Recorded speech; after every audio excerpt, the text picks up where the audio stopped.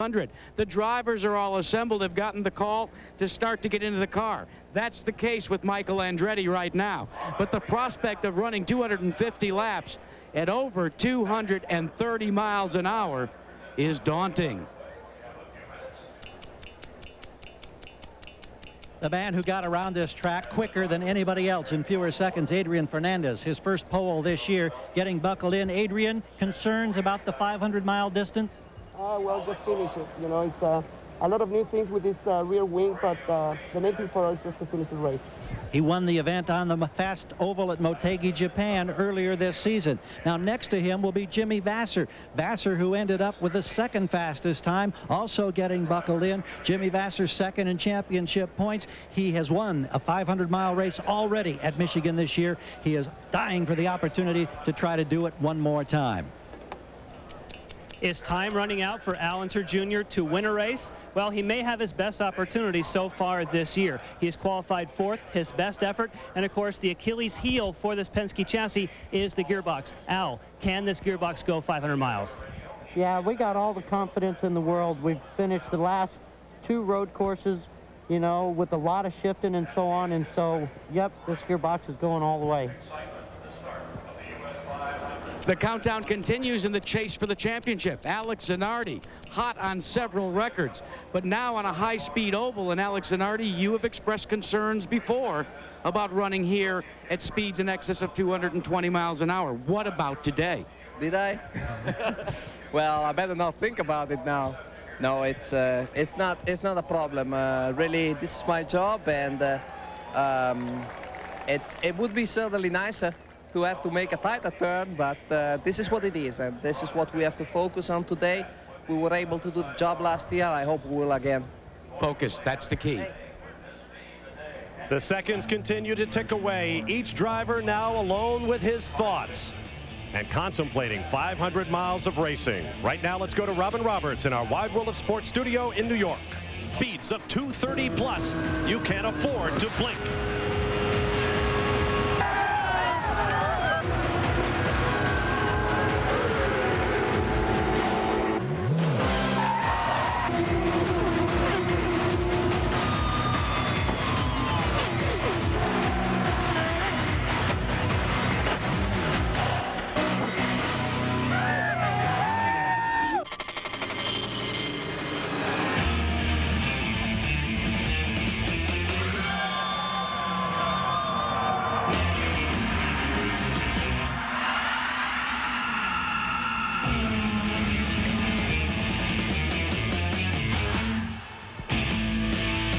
On a gorgeous summer day in the green Irish hills of southern Michigan, the CART FedEx Championship Series makes its first 500-mile race of the year.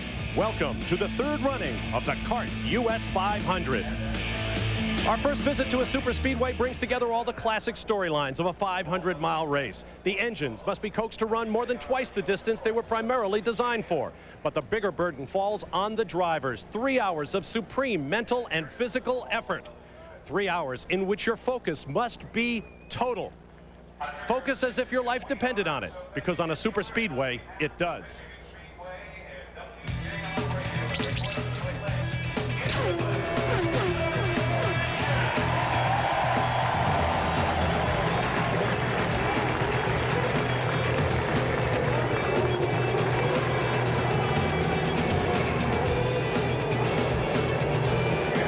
It's wide. It is some of the closest side-by-side racing, and it is fast.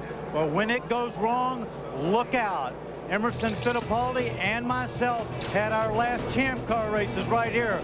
Bobby Rahal says he thanks God when he can get out of here in one piece. Today you'll see the fastest, most spectacular open-wheel racing anywhere. As the engines have come to life down on pit road, racing is always about efficiency. Have efficient pit stops, an efficient pit crew, an efficient driver in terms of marshaling when to pass and when not to pass. But today, the outcome of the US 500 could very well be dictated by something that's very inefficient. Instead of a wing, these cars carry what's known as the Hanford device.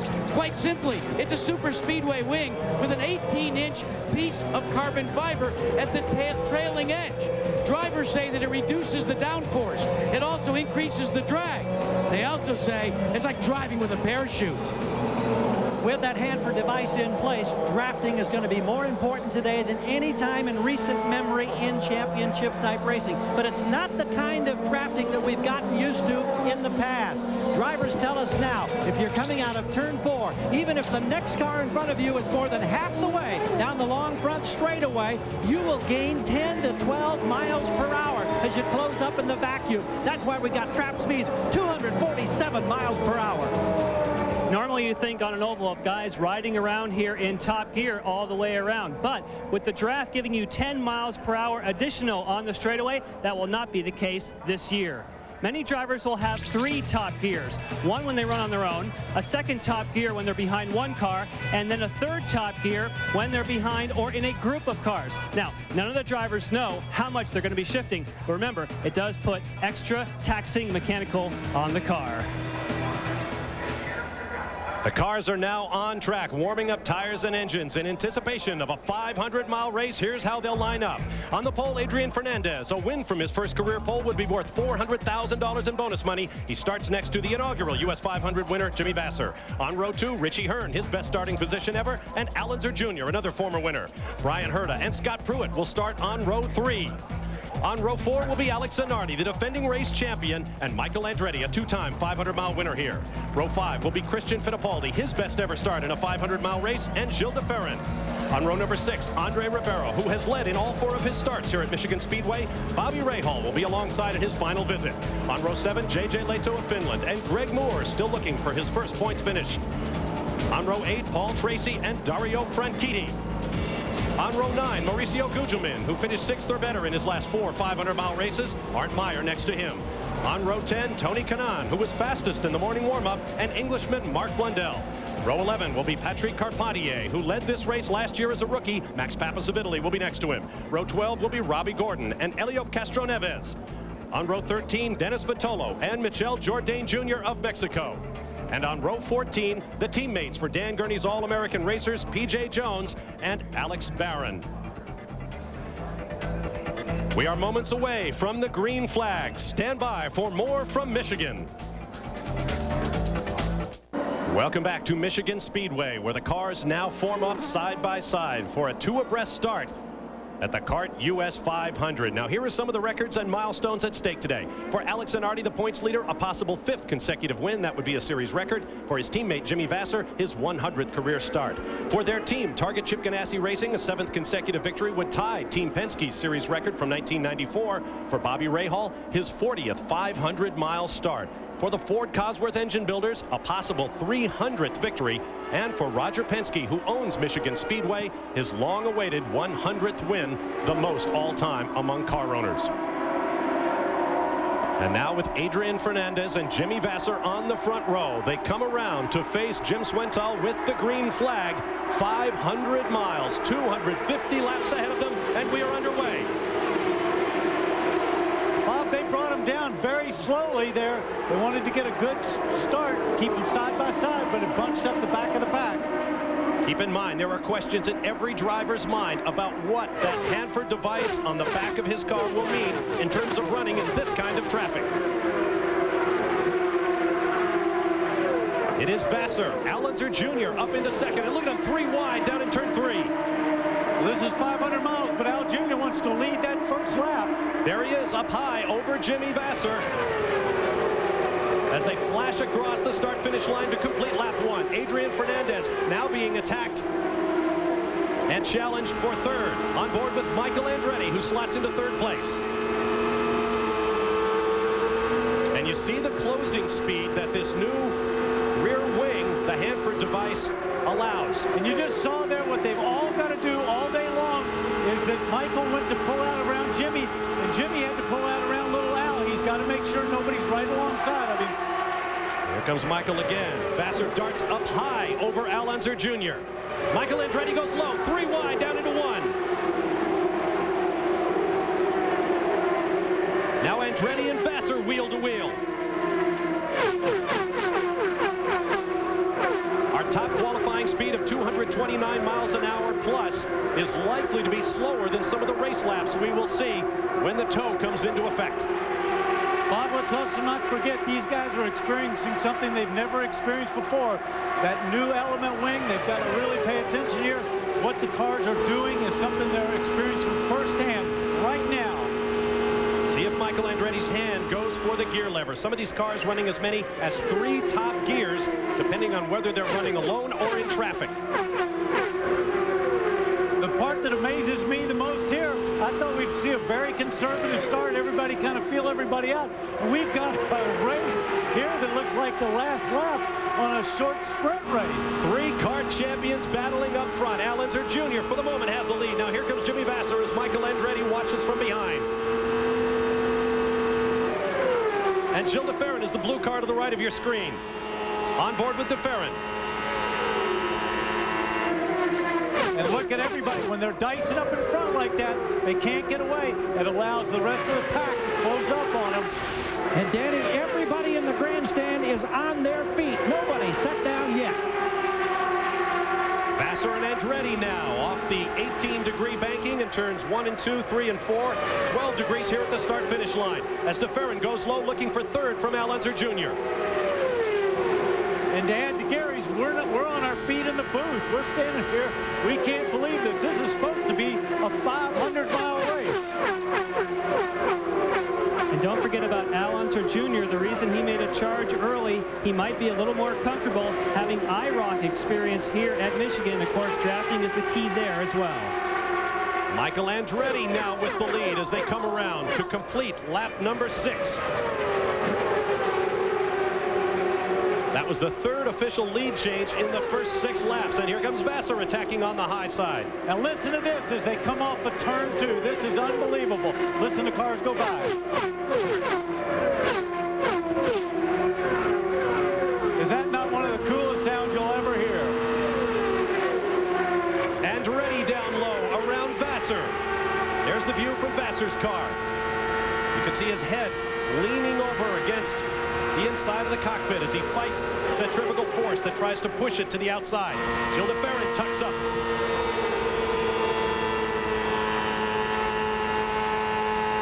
Slight lift there in 1 and 2.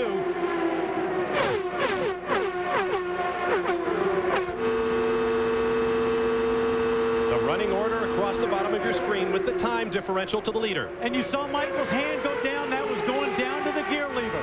Couldn't tell whether it was an upshift or a downshift, but he's on the lever. That's something that we're going to see all day long here. You don't normally see shifting on an oval, but we're going to see it today. They have to run that long gear when they're in the draft, or they'll over-rev the engine. But unfortunately, when they get out of the draft, they need the RPM to go fast, so they got a downshift. On board, Richie Hearn just took a gear as he closes up behind Gilles de Ferran. Remember, they're shifting at 230 miles an hour. That's a very tricky maneuver, even for these guys. And as you and I walked the paddock yesterday to ask the drivers what it's like to do that sort of up and down shifting, nobody knew exactly what it was going to be like or how they would attack the problem. Well, nobody's experienced this before, so they're all doing it firsthand right now as you watch it.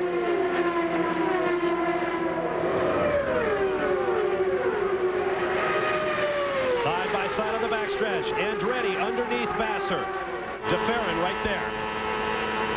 Behind us, Richie Hearn, then Al Unser Jr., who's dropped back to 5th. Adrian Fernandez, our pole sitter. Alex Zanardi running 7th. Then Scott Pruitt and Christian Fittipaldi. J.J. Leto, the highest running rookie, rounds out the top 10. Greg Moore, Bobby Rahal, Tony Kanaan, Art Meyer, Andre Ribeiro, Brian Herta, and Paul Tracy follow. Al Unser Jr. moving back into that position. That might have been a little strategy. Roger might have come on the radio, says, hey, Al, you can't run that pace all day long. We got 500 miles of racing here. You saw Jimmy Vasser going back and forth, weaving on the backstretch to try to break that toe. It didn't work. Andretti slices past.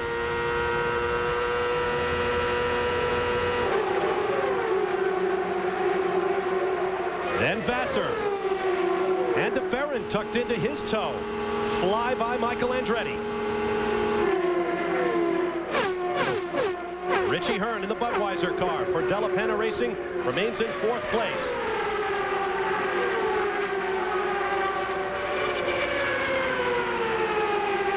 Like formation flying in fighter jets. Andretti and de Ferran side by side now. And Danny, to answer your question, Roger Penske did not tell Al Unser Jr. to slow down. Al has chosen to set a pace that he's comfortable with. He says that his car is pushing just a little bit, but that's how he wants it. Lap speeds in the 221, 222 mile an hour range.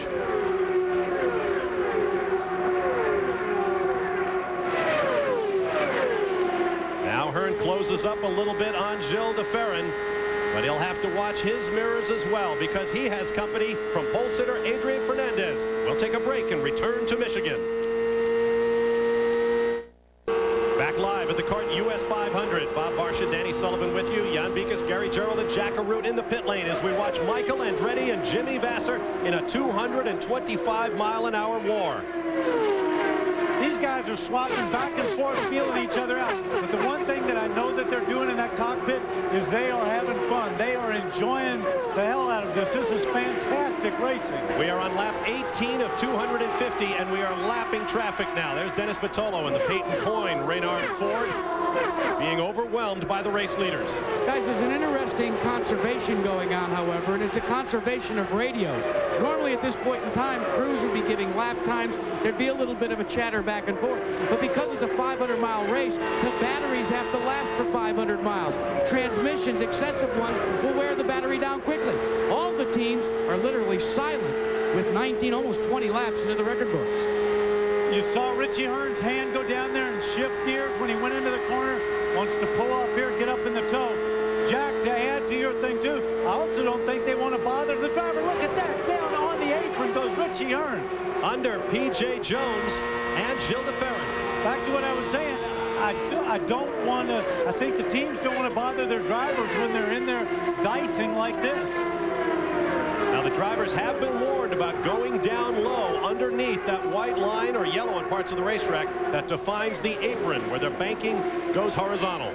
Now at that point there, because it's a white line, they can do that. They can't start moving around, coming out of the pits down in the low part of the apron there and move up onto the track. But at that spot, it's okay to do it. Fastest car on the racetrack right now, Jimmy Vasser, who lapped at 32.237 seconds last time by. He is 7/10 behind race leader Michael Andretti. Gilles de Ferran 1.7 seconds behind the race leader. Then Richie Hearn, Adrian Fernandez, Alex Zanardi, Al Unser Jr. has faded back to 7th. Greg Moore is 8th. Christian Fittipaldi 9th, and Scott Pruitt 10th. Helio Castro Neves 2nd in the Rookie of the Year points race, started 24th, now runs 15th. And Greg Moore started 14th. He now runs 8th. In running down the starting grid, I mentioned he's looking for his first point-scoring finish. That would be in a 500-mile race like this one.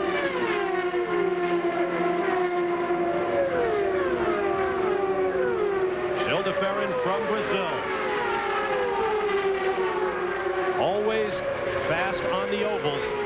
He has been slipping backwards in the PPG Cup points. He desperately needs a good finish for the Valvoline Cummins team and Derek Walker Racing. Let's update you on the condition of your pole sitter, Adrian Fernandez. Now being posted in the 5th position. He's faded off the pace a bit, not happy with the handling in the car. So what they intend to do, at least to satisfy Adrian right now, they've said we'll make a stagger adjustment during the first pit stop. And what that means is they will change, Danny, the circumference of the tires to try and make the car steer a little better naturally into the corners. Jack, one of the masters of that was always Rick Mears. He was such a good qualifier, started a lot in the pole, would fade back, and through the 500 miles, they were always working on the car to get it perfect for that run to the flag, and he sure won a lot of those things. Fernandez may be coming right now, 225.628 miles an hour, that last lap. And you can see him right there at the back of your screen, right there, the green and red car catching up that lead pack. Currently in 5th place, closing up on Richie Hearn in the red Budweiser car. And oftentimes, guys, at this stage of the race, you're not so worried about your actual position, but a lot of people are talking about wanting to get into the draft and into a group to save fuel. Because of the Hanford device, it creates a lot of drag, but if you're following somebody, you can get much better fuel economy. Thanks, Jan. We are 50 miles into the race. You saw the green flag race average. We have had no yellows, over 220 miles an hour in average speed. However, this race has never gone caution-free. If laps we've ever had under caution is 24. And I'm not just talking about the US 500. I'm talking about 18 previous runnings of 500-mile races here at Michigan. Gilles de Ferran on the left, going around Jimmy Vasser. You know what amazes me the most is the speed that everybody is running right now in the average for a 500-mile race. Everybody that I talked to yesterday was talking conservative. They had to see what the car was going to do, what their fuel mileage was going to be. And look at the speeds they're turning. They got a 220-mile-an-hour average for the field. This is unbelievable. Checking speeds at the line. The arrowheads tells you who's fastest, second fastest, third, and so forth. Gilles de Ferran, 224.523 miles an hour on that last lap. And you'll see on that screen right there, some of them drop down to 219, 217, 216. The guys at the top of the pack, that usually means they're working their way through traffic, and they got held up a little bit on that lap. Jimmy Vasser looking ahead at pole sitter Adrian Fernandez. The helmet straightens up as he looks dead ahead at the back of the Tecate-sponsored green and orange Reynard Ford on Firestone tires. Firestone has dominated the tire wars thus far this year. Goodyear won the season opening race on the oval at Homestead, Florida. But since then, it's been pretty much Firestone. Richie Hearn, a 225.148 mile an hour lap, and you see him go right by Jimmy Vasser. This race is going down at an amazing clip as you go on board with Richie. A little cloud cover makes the track cooler and makes the cars go even faster. We'll be back after this message and a word from our ABC stations. Back live at Michigan, riding on the nose of the Valvoline Cummings Reynard Honda for race leader Gilles de Ferran. The pit stops have started. Michael Andretti is already pitted. Here's Adrian Fernandez from third. And no adjustments on Andretti's car. We don't see any on Adrian Fernandez either. They dropped the jackies away, but one of the things I find fascinating is both of those stops came early as little Al pits in Ford Cosworth Power, not getting the fuel consumption. Al Jr. is done with his Mercedes power as well. We've yet to see a Honda, though. Yes, and for Al Unser Jr., they made a front wing change. He was in and out of here in 11.13 seconds, so a great stop for Penske. The added front wing, his push, that should help it. We did have one Honda pit, Jack. Paul Tracy came in and out.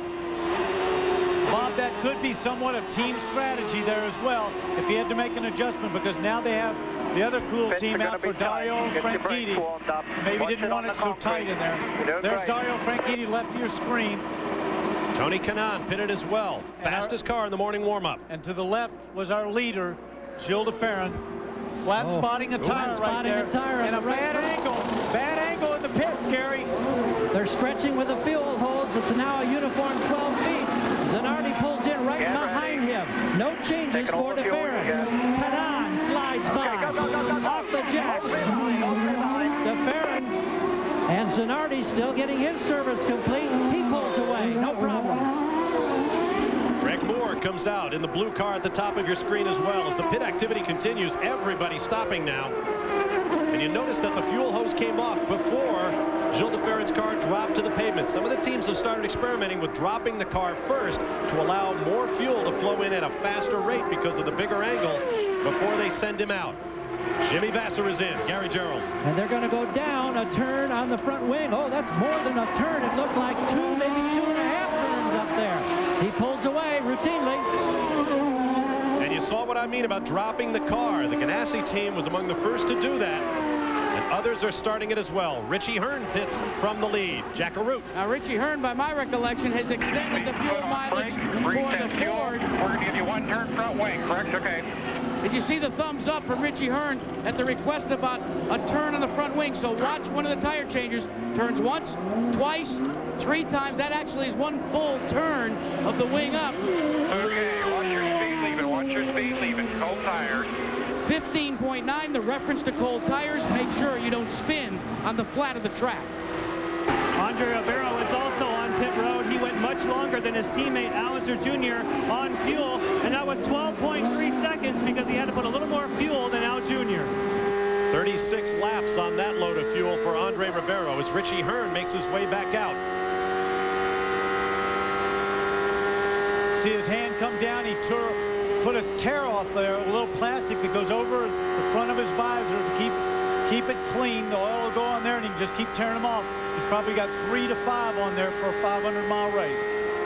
Coming up to full speed. Meanwhile, there is Michael Andretti, who has assumed the race lead as we work lap 39 of 250. In second place after the pit stops, Gilles de Ferran. Third, Adrian Fernandez. Then Mark Blundell, who has yet to pit. Alex Zanardi has pitted. He is 5th. Jimmy Vasser is 6th. Richie Hearn is 7th. And then Mauricio Gugelmin, Blundell's teammate. These are Mercedes-powered cars. They have not pitted yet. See the gap from first to second as we pick up Gilles de Ferran with the bright white nose on his Reynard. Fellas, you want to know how sensitive everybody's getting down here on pit road? The unknowns? Well, how about the mention that the Ford Cosworths weren't getting great fuel mileage? All of a sudden, people from Ford descend upon us telling us, oh, that's an individual team decision. You know what that says to me? Everybody is a little unsure as to how far they can go. Jan? Well, Andre Ribeiro, they took his tire off. You can see the crew is rolling it away now. We'll show you why. We will follow it. You can see that there's oil on the outside of the tire, so there may be a problem with Andre Ribeiro, something, I believe, at the right rear. Jan, those guys didn't want you to chase that down too hard. They don't want to show what their problem is, particularly on television. Well, frequently they tell us that if you find oil around the right rear and you change a tire, that could be a fact that a seal is leaking or you've got a problem with that right wheel bearing. That's what takes so much of the load on the banks at Michigan. Each car with 15 sets of tires for the weekend. The green flag race average speed has dropped just 1 mile an hour, and that includes pit stops for everyone. An absolutely torrid pace here at Michigan today. Finally, Mauricio Gugelmin pits and heads back for the racetrack. Now at the bottom of your screen, you see with 42 laps complete, the running order and the gap in time to the race leader, Michael Andretti.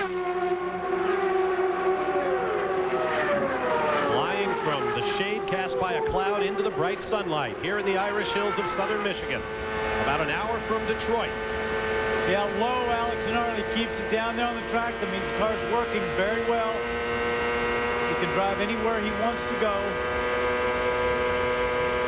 See if he'll stay. Has to lift. You heard him lift going into that corner. He might not be comfortable with the car and the turbulence behind those other 2 cars. He's trying to stagger when to get them so that he can pass them down the back straightaway. But you can see how equal all the cars in this field are.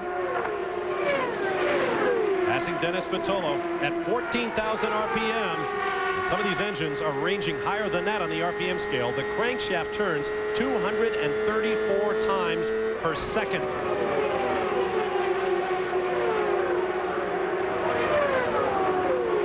Good look there at Richie Hearn with Louis the Lizard on the side pods. Della team's luck seems to have gotten a bit better since they adopted the Budweiser logo on the side of the car.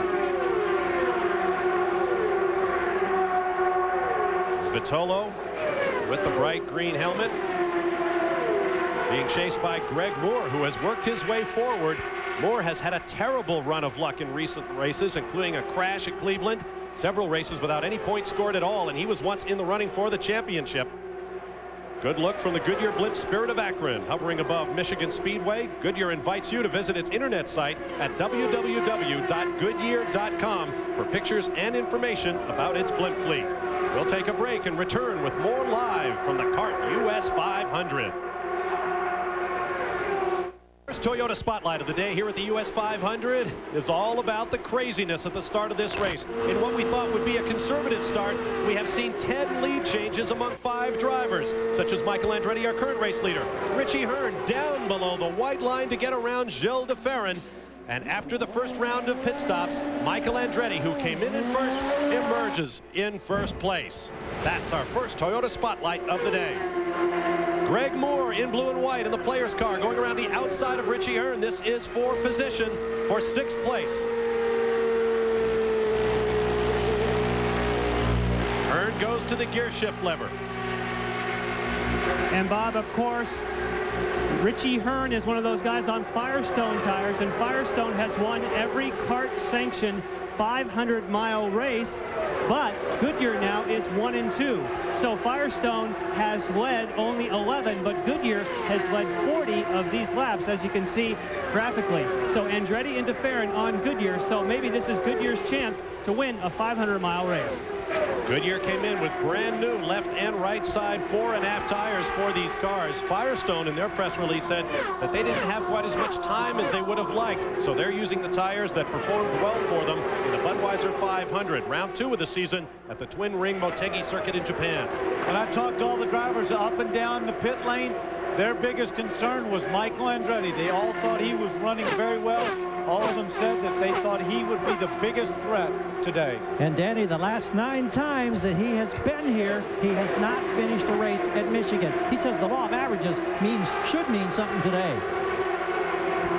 Here's a program note coming up following the CART US 500. We continue our ABC Sports coverage of the Tour de France, stage 14. The cyclists will be riding in the Alps. It's a downhill sprint. You don't want to miss the Tour de France special coming up next on ABC Sports. Hey guys, what about the donut man? Alex Zanardi being posted in the 5th position, faded off the lead pace by design. Chip Ganassi and Zanardi have decided that they want to save a little bit till the final 100 miles. So much so that they're literally trying to save battery, save conversation. And Zanardi radios in and says, but Chip, I'm lonely, as he begins to mount an assault on his teammate in Jimmy Vasser. But one of the things that probably makes Zanardi lonely today is his wife Daniela is just recently released from the hospital after experiencing some problems in connection with the impending birth of their child later this year. And Alex said as he strapped himself into the car, Jack, if you get to say it, please tell Daniela I love her. Well, I'm sure she's watching, and we all wish you a speedy recovery and an easy birth of your first child, Daniela. Alex Zanardi, rumors swirl about whether the Italian, who has brought so much personality to his open wheel exploits here in the United States, will be in the CART FedEx Championship Series next year with a massive lead in the points right now. 69 points, 3 full races worth, which means after this race, even if he scored no points, our next race at the Mid-Ohio Sports Car Course in 2 weeks, and the race after that at Road America in Elkhart Lake, Wisconsin, Alex Zanardi would still be the points leader, seeking his 2nd championship. Looking back from Jimmy Vasser's car, the blue machine of Greg Moore. You can see just how smooth this racetrack is. A slight bit of vibration there at the back of the car. But in this kind of traffic, you have to be able to trust the racetrack. Greg Moore's last lap, 227.89 miles an hour, the quickest we've seen thus far today.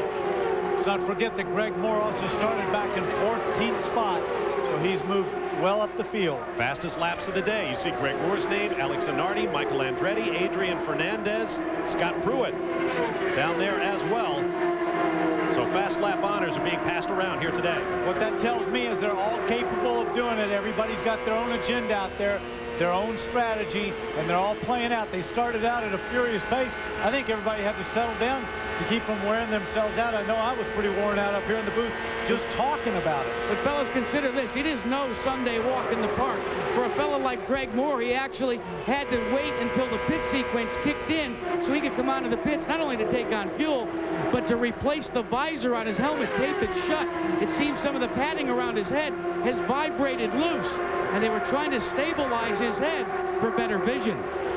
Alex Zanardi on the right, his teammate Jimmy Vasser on the left. A week ago in Toronto, Zanardi said, I have never had a tougher time passing anyone than my teammate that day. Right now, Zanardi looks ahead to his teammate, Greg Moore, right behind. This is 4th, 5th, and 6th. You have to remember, in an open cockpit car like this, that disturbed air that comes back and gives that big draft, it also tumbles into the cockpit and can really toss your head around in there. They wear little gadgets over the top of the head, little whippers, if you like, to keep their head down in the car. All the helmets are designed different for aerodynamic flow because they can really play havoc on your neck. And Danny, Greg Moore is one of those guys that was very concerned about running in traffic before this race. He said, I really am worried about guys cutting in front of me and taking away my air. But the way he's running right now, he seems to have found a comfort level. And as you saw from our race notes there at the upper left of your screen, being a racing champion does have its perks. Al Unser Jr. is making a pit stop right now. This is on lap number 62. As you watch Greg Moore up high, continuing to move forward. From British Columbia in Western Canada, his home race will come up later this year when we visit the streets of Vancouver.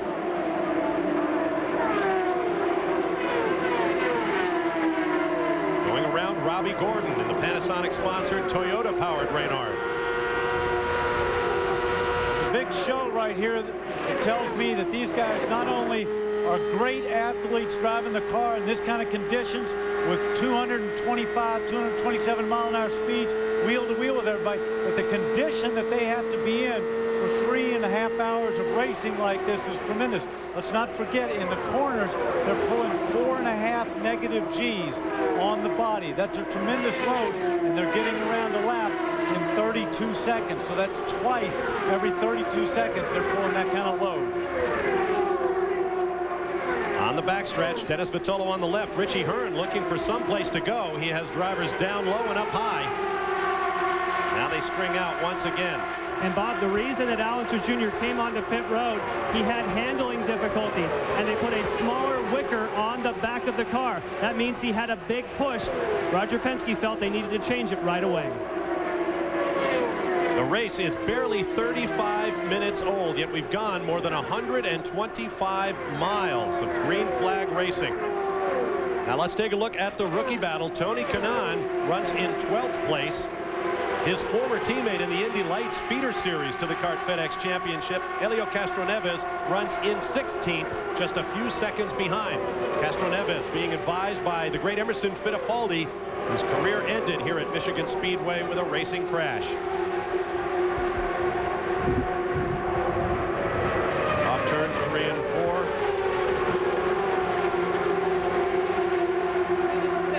4. There is Patrick Carpentier.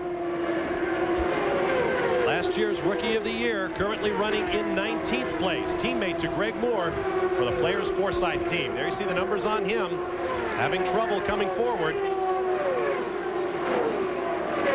The surprise in Carpentier was, here was a guy who was raised road racing, came to the CART FedEx Championship Series and excelled on the ovals and struggled on the road courses. Michael Andretti pits. Watch your brakes, the pit lane slick. You slid through last time.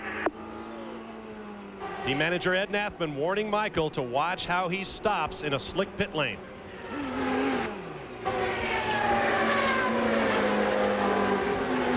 It's hard to make up a lot of time in the pits, but you can certainly lose a lot of time making a mistake in the pits. Hold it, hold it, hold it, hold it, hold it, hold it, hold it, hold it, hold it, hold it. Okay. And guys, that's the most conversation in 12.3 seconds that Michael Andretti has heard on the radio since the drop of the green flag. And Paul Tracy also at the same time came in and out, no difficulties. They got a full load of fuel. This is for the lead now. Gilles de Ferran in blue and white, and Adrian Fernandez, our pole sitter. If Fernandez can come through to win this race, he will win the traditional winner's check of $100,000. He has already picked up $10,000 for taking pole, and he will also win the Marlboro Rollover Pole Award bonus, $15,000 into the kitty for each pole sitter if he can win the race from pole. That hasn't happened in over a year, and that bonus check is now up to $285,000. Fernandez attacks down low.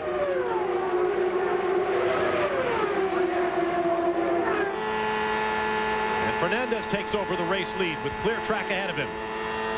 And despite losing that position, Adrian Fernandez, de Ferran radioing his crew saying the car is good. We expect no changes. He should be in 2 laps for his second pit stop. Good look there at Gilles de Ferran. Ahead of him, Adrian Fernandez. Only the 5th race Fernandez has led in 83 career starts in the series, and he won 2 of those races that he led. Well, Gary, if your call is correct and Gilles de Ferran, your front runner, should pit this time by, he'll have a buddy as well because they've just called for Adrian Fernandez to come on to pit road as well.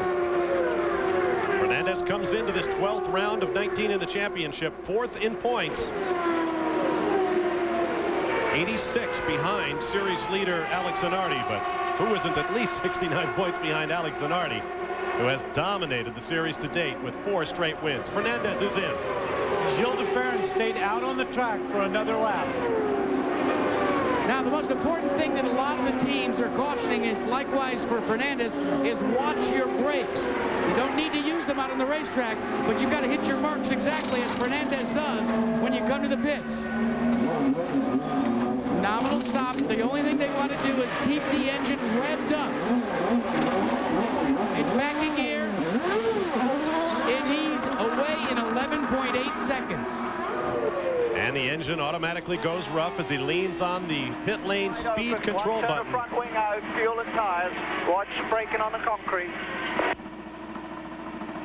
Seems to be universal concern about that slick concrete in the pit lane. That was Derek Walker. Oh, and he lights one up.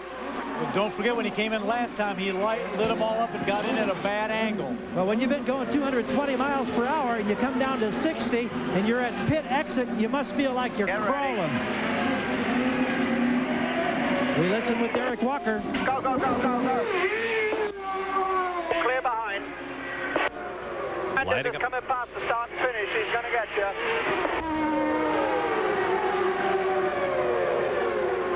Telling him that Adrian Fernandez has come by to get him. Here is Greg Moore now pitting from 3rd place on lap 73. Jan Beekes. He brings it to a stop, and we're going to see if they do make any changes for Greg Moore. Oh, the Ventos took a little bit of a time, extra time to get in. This could be a slightly slower stop for Greg Moore. If you don't have the Ventos in, it doesn't go as quick. 12.4.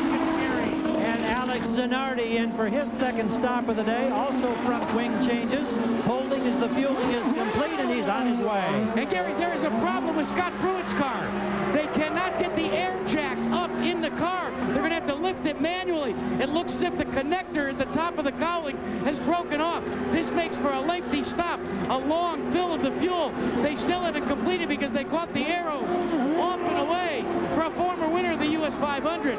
But very long, over 30 seconds on pit road. And now Scott Pruitt must compose himself. One of 6 former winners in this year's field. Pruitt, Unser Jr., Zanardi, Ribeiro, Vassar, and Michael Andretti have all won here at Michigan.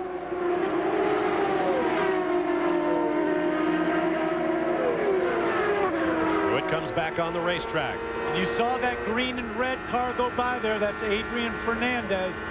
That could be bad news for Scott because it more than likely put him a lap down.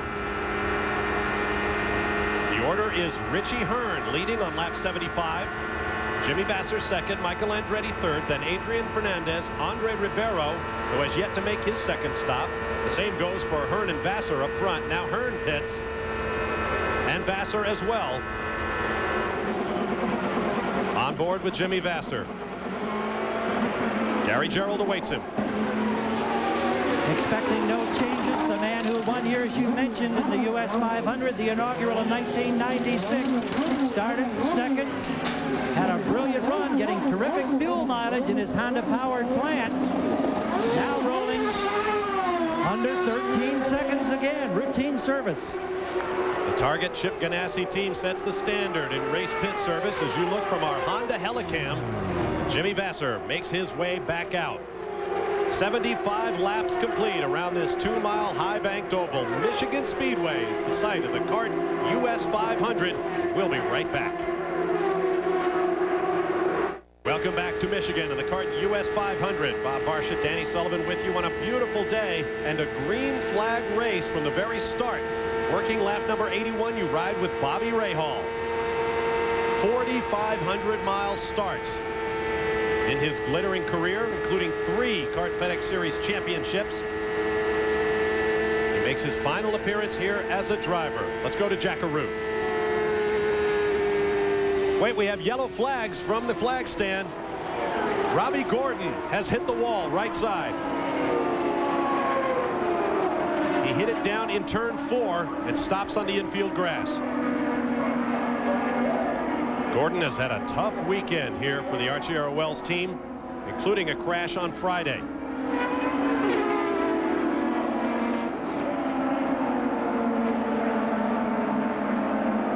Shaking his head as he walks away. Let's see if we can tell what happened.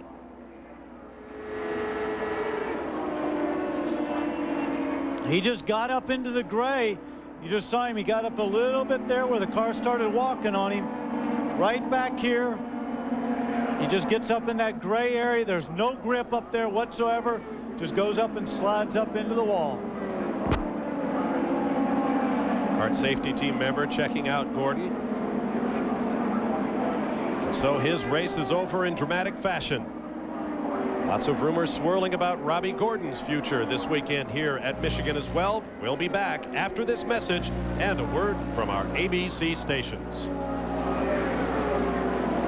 At the Kart US 500, we are under caution. There you see Adrian Fernandez, who came into his pit stop in second place behind Michael Andretti, but got out ahead of Andretti in the black Texaco car just behind him. Let's get down to Jan Bikas. And bad news for Andre Ribeiro. We saw on your tire, Andre, earlier there was oil on it. It appears as though the oil leak got worse. Do you know what caused it? No, we don't know what caused it yet, but for sure there is no way to run there with some oil leak. It's too dangerous for us, too dangerous to other drivers too, so unfortunately we had to stop. Track conditions up until that point? It was okay. I have to say that it was completely different racing with this new configuration. It was the draft was really big, but the car was running pretty well. We were saving everything, saving the engine. It's really a shame that this did happen. I think the guys did a fantastic job on the aerodynamics. The Penske cars did a fantastic job bringing a new kit for us. So it's really a shame. I just hope that Al can conclude this work and we'll be okay. Thanks, Jan, let me interrupt you because Scott Pruitt is taking advantage of this yellow flag to make a change. Now watch the top of the bonnet where they've gone to work. They have tightened the male lead on the onboard air system. That is what vibrated loose. They did not have to replace it, so therefore all they did was take this piece right here, screw it back down in, and they're none the worse for wear. The caution couldn't come at a better time. They've solved their problem. They're back in the hunt. On board with Scott Pruitt. We'll take a break and return with more from Michigan Speedway. Stay with us. Michigan Speedway, the Kart US 500 under a yellow flag. The longest a 500-mile race has run here at Michigan before the yellow came out. 80 laps. The previous record was 38. We've had 17 lead changes among 7 drivers in what has been a great race thus far. Let's go to Jack Arute. Let's give you a couple of quick updates. First, on your second place runner, Richie Hearn, he has a problem with this radio. He can hear the team, but they can't hear him. But watch for Christian Fittipaldi as we get ready for the green. He's radioed in excessive water temperature, a signal that an engine might be going away. Back to you. All right, thank you, Jack. Greg Moore gets a good jump as he leads the field down. Richie Hearn runs second. In third is Jimmy Vasser with some lap cars in between. Alex Zanardi is fourth. Adrian Fernandez fifth. Then Michael Andretti, Gilles de Ferran, Al Unser Jr., Paul Tracy, and Bobby Rahal rounding out the top 10.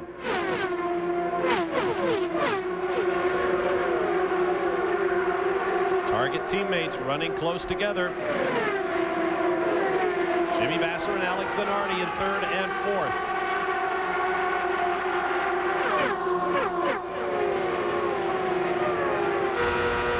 Vasser goes up high to go around his teammate.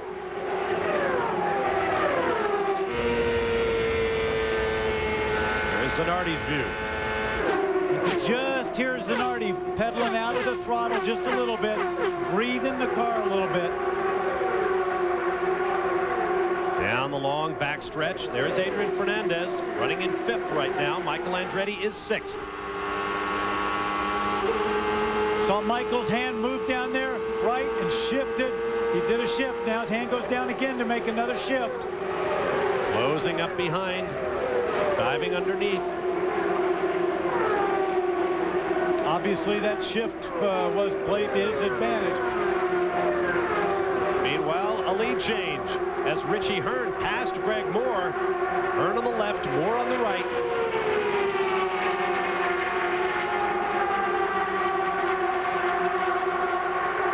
See if Moore closes up as they flash across the start-finish line. Fastest point of the racetrack. Up high goes the Canadian. And that car behind behind them is J.J. Lato in the Hogan entry, having a good run. Lato currently shown in 12th place. Watching that battle just ahead. I spoke with Carl Hogan this weekend. He says, hey, I've got an oval track driver. They've certainly had their problems on the road courses, including a couple of heavy crashes in our last 2 races at Cleveland and Toronto. And here comes JJ down low. He's going to pass them all. And we have a yellow flag. Yellow from the flag stand. Dennis Vitolo has crashed and spun. And he may not have hit anything. There's a bit of orange debris on back up the racetrack. A traffic cone. As you see Vitolo moving around in the car. The Peyton Coyne entry. Kart safety team on the scene. It's all hands on deck for the kart safety team this weekend, including 3 full MDs. He's up on the high lane right there. There's Dennis Vitolo. The lower car is Scott Pruitt. They just get a little close there. I don't believe they touch, but the air looks a little disturbed. Moves Dennis Vitolo up a little bit. Looks like he's gathered it up. Gets up there in the gray where Robbie Gordon was. Just goes up and brushes the tall. See him white walling the tire right along the wall. Comes back down there at a bad angle, spins it, hits the brakes, skids down there. Vitolo is out of the car. He'll head for the medical center. Let's go to Jan Bikas. Well, speaking of Robbie Gordon, Robbie, you're out of the care center. I know you're okay, but what happened down there? Had the car working pretty good at that point. You know, I didn't feel we were running over our head by any means, but we were running comfortable, racing with Jimmy and Alex. And had some pretty good laps. We're doing 218s, 220s. Jimmy moved up in front of me. We went into turn 1, 2 side by side, or turn 3 side by side. He had the line, pulled me up, and I pushed. I caught dirty air, pushed to the marbles. It's a lot of marbles out there. Once I got in the marbles, I knew it was going to hit, just a matter of time. And then it was like slow motion. Unfortunate. You know, Toyota engine's getting so much stronger. You know, we had a pretty good car this weekend. We were going to try to finish, and fortunately today wasn't our day. Now, are the marbles, you think, going to increase as the race goes on? They're pretty soft tires. Everyone is running. Do you expect that problem to get worse? I think that's one thing that the tire war is definitely doing. It's making the racing very difficult. You know, it's going to get to a one-line racetrack if the guys keep running at the bottom. We weren't running at the top. We were running probably a mid-groove, and it was starting to get dirty up there. Okay, we're glad you're okay. Thanks. Robbie Gordon has some interesting opportunities coming his way. He expects to make some decisions in the next few weeks. Now there you see the jet dryers out on the racetrack to blow off some of the marbles that Robbie Gordon talked about, the bits of rubber that come off the tires. Here's a look at our race summary after 92 laps. Greg Moore is the leader. 3 cars officially out of the race. Stay with us. Light of the day here at Michigan reflects some of the activities going on this weekend, beginning with the 6th annual Go-Kart Challenge for the drivers and media. Mark Blundell spending time with some 200 kids at the Jackson Y. On Friday, CART announced the change of their New York Stock Exchange ticker symbol to MPH. And yesterday, fans lined up to meet some of their favorite kart drivers during the autograph session that is featured at every race. Scott Pruitt, Robbie Gordon, Richie Hearns, and Helio Castroneves doing the honors. Welcome back to Michigan. High above the racetrack, one of America's most enduring corporate images, the Goodyear Blimp Spirit of Akron hovers, providing an aerial view of the US 500. The Goodyear Blimps have been making special appearances over spectacular events for more than 70 years. Let's get down to Jack Arute. Well, Christian Fittipaldi has not had a good weekend here. The 3rd engine, or actually 2 engines in practice, one of them with debris causing the problem, and now a big hole in your radiator, debris again. Yeah, currently yes. Definitely wasn't a good weekend for us. I think the whole team put a lot of effort into it because they had to change everything from my race car to my T car, which I had qualified yesterday. So they really put a lot of work and effort into it, but unfortunately it didn't pay off. Guys? All right, thank you, Jack. The tough season continues for Christian Fittipaldi. We'll take a break, and we'll be back after this message and a word from our ABC stations. Live at Michigan Speedway under our second caution of the day, there is the Toyota safety car being driven by Gail Truess, who lives just about 10 miles from Michigan Speedway. She's a part of the PPG pace car team, and she has driven 32 miles thus far, pacing the field in her Toyota Supra Turbo in PPG Automotive finishes. Coming up later today on ABC Sports, Pep Boys Professional Boxing. We'll bring you a 12-round IBF Flyweight Championship bout from the Turning Stone Casino in Verona, New York. It'll be Mark Johnson and Luis Rolon battling it out for the belt and the title. Down to Jan Abikas. Well, Bob, a few moments ago, Paul Tracy called in on the radio and said that he thought that Al Unser Jr. was smoking. Now, of course, we already saw Andre Ribeiro leave this race because of smoke, but I checked with the Penske team, and they said that they really feel that Paul has the wrong car. They assure me Al Unser Jr. is not smoking. He is comfortable with the car, and they expect him to move to the front. Let's go to Jack Arute. Well, Jan, what a great day for this man, the owner of the car being piloted by Richie Hearn. John Della Penna, it's been an uphill struggle since you came to kart, but today, running in that second place, but you still had some problems with the radios. Yeah, we can't hear him very well. He can hear us, but we have one-way communication at this point. It's, you know, it's great to be here and running in the position we're in. I can't describe it. It's the best. But as we watch on board with Richie Hearn, you have not pitted, as neither has the leader. Both of you have elected not to top off here. Going to throw you out of sequence. Well, we've been getting real good gas mileage. We pitted about 5 laps later after everybody else pitted, so we think we're going to go this route and see what happens. I think we can do it on 3 more stops. Fellas? All right, thanks, Jack. There is Richie Hearn. He and John Della Penna have been together a long time. They have achieved much. I got to question that. They're going to go 3 more stops. There's 151 laps remaining. That means they're going to get a you know, Danny, incredible fuel I got to agree with you. I was never a math major, but that one doesn't make a lot of sense to me. But I've actually heard the same thing come out of the camp down at Players. They feel that they can do the same. So tactics about to unfold. Gail Truess brings the safety car off as we go green once again, restarting on lap 101. As the action build once again, we'd like to send the PPG pace car team's best wishes to a former member of their group, Kathy Ruud Heimrath, wife of racing driver Ludwig Heimrath, who's going through cancer treatments. The team is thinking about you, Kathy. Whoa, did you see that backstretch there? JJ Lado. Now, he's a rookie. He's not ever raced here for a 500 miler. That was a little bit quick, that move there. He's got to be a little smoother than that. You can lose one of these cars maneuvering like that. Well, Danny, it's interesting because this is the first time he's had a chance to run on a super speedway. A man with no oval track experience. That learning curve, I would think, is about as steep as you could possibly get. Pass for the lead as Richie Hearn gets underneath Greg Moore and takes over the race lead. And now we understand that a black flag will come out for Jimmy Vasser, currently shown in 11th place. So a violation for Vasser means the officials will call him in, and that will be costly as they come around across the start-finish line, and Greg Moore goes high above race leader Richie Hearn.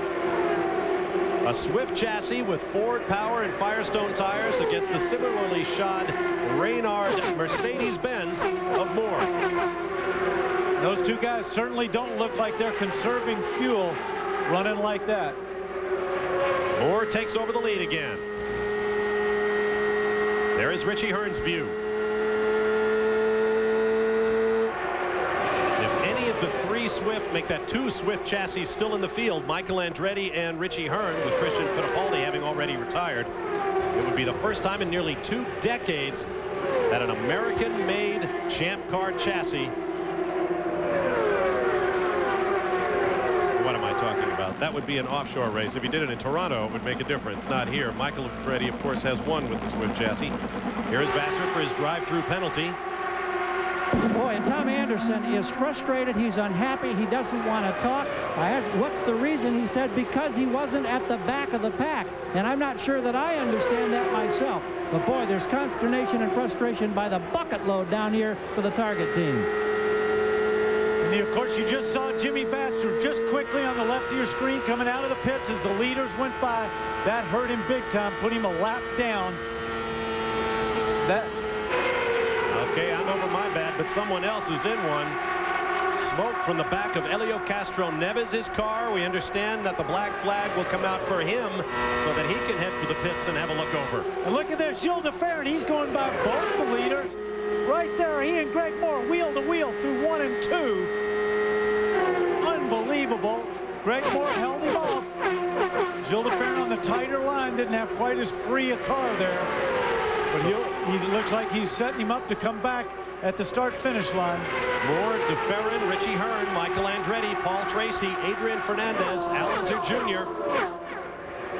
as they flash around at better than 220 miles per hour. And Richie Hearn says, hey, I want that spot back. He's going to drive the low line.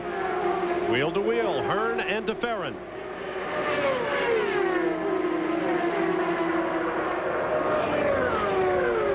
Now Hearn slots in behind the Brazilian. Let me tell you, when you're racing wheel to wheel like that through a corner with other guys, you have to have a tremendous amount of confidence in that other driver, especially at the speeds they're doing, 230 miles an hour, averaging in the mid 220s. This is unbelievable racing, and Richie Hearn's coming right back.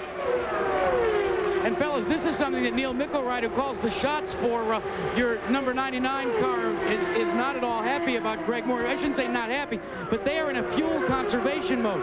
They want to complete this race with only 3 more stops. And they said, you know, this dicing back and forth, unless, and he brought up this point, the drafting is helping them conserve a little bit of fuel. Well, Jack, he's out in the front, so he's not getting much drafting right now. He's creating the draft, and Michael Andretti is working his way back to the front.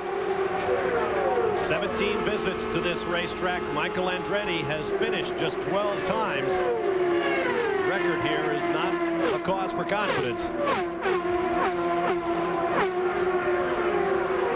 But he has victories and other podium finishes in those other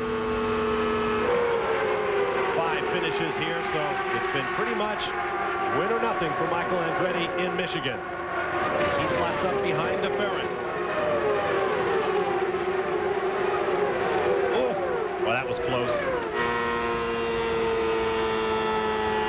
Gilles de Ferran, you can hear him lift off there, just breathing the car, giving that engine a little bit of rest, and obviously the car's not working where he can run flat out through that corner. Michael says, okay, I tried high, I'll go down low. Works for me.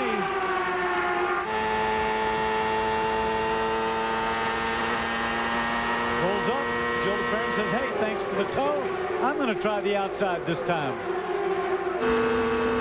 What this does do with this dicing back and forth between these guys, it lets Greg Moore and Richie Hearn stretch it out a little bit. See them at the bottom of your screen, blue and red, right there, just out of your, went out of sight. Going around the lap car of Michel Jourdain Jr., who was very despondent this weekend when we spoke with him, Danny, about how his car just was not running around this racetrack. Ferran is 3rd, Michael Andretti 4th. Meanwhile, up front, Greg Moore leading for the 8th time this year. He led 7 of the first 8 races, but hasn't had a race lead since Detroit.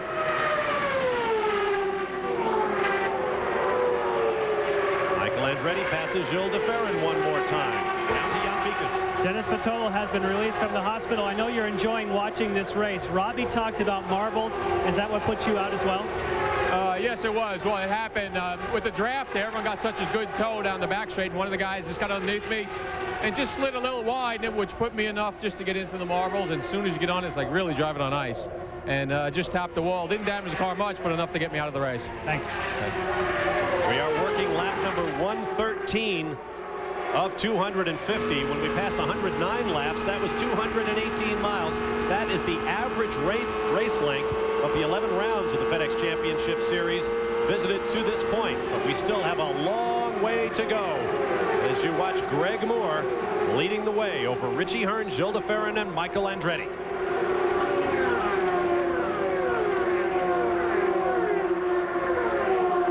Let's go to Gary Gerald for more on Jimmy Vasser's situation. Well, I think we can clarify what happened on that penalty. Just before they went green, Vasser ducked in to top off with fuel. In 9.5 seconds, he got the fuel, went back on track, but he was in the pack up, and he was trying to work his way toward the back, as he is obligated to do under the rules. He didn't get all the way to the back of the pack when the green flag came out. Thus, the drive-through penalty. That explains all the frustration. The timing was missed by mere seconds.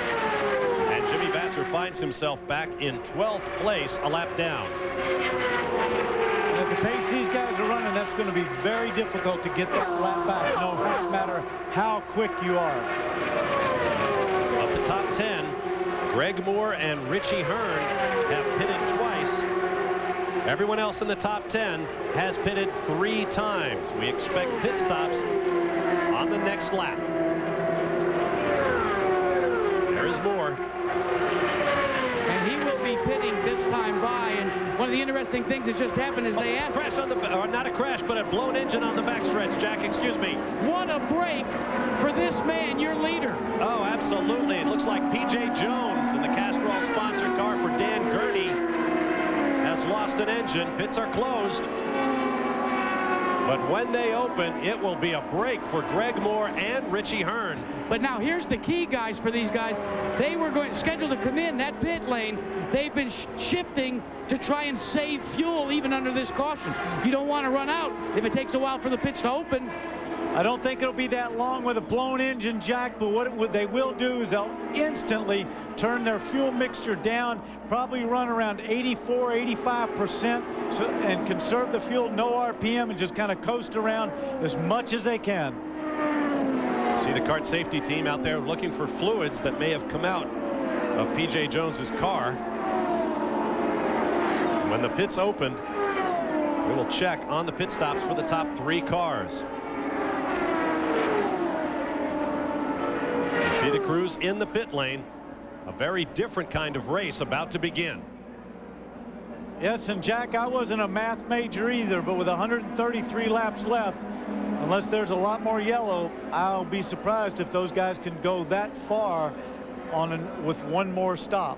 But you know, this is the thing, we're defining things all over again because of the fact that we're using the device. The Hanford device changes fuel consumption. Who knows, Danny? Maybe we flunked math. Maybe we're going to flunk the Hanford wing as well.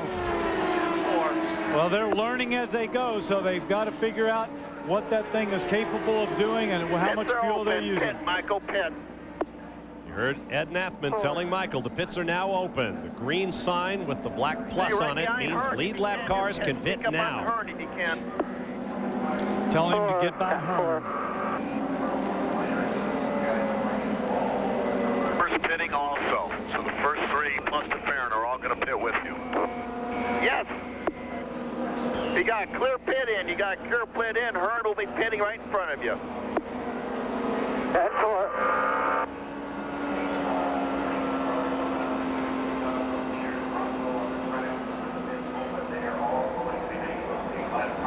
Watch your brakes.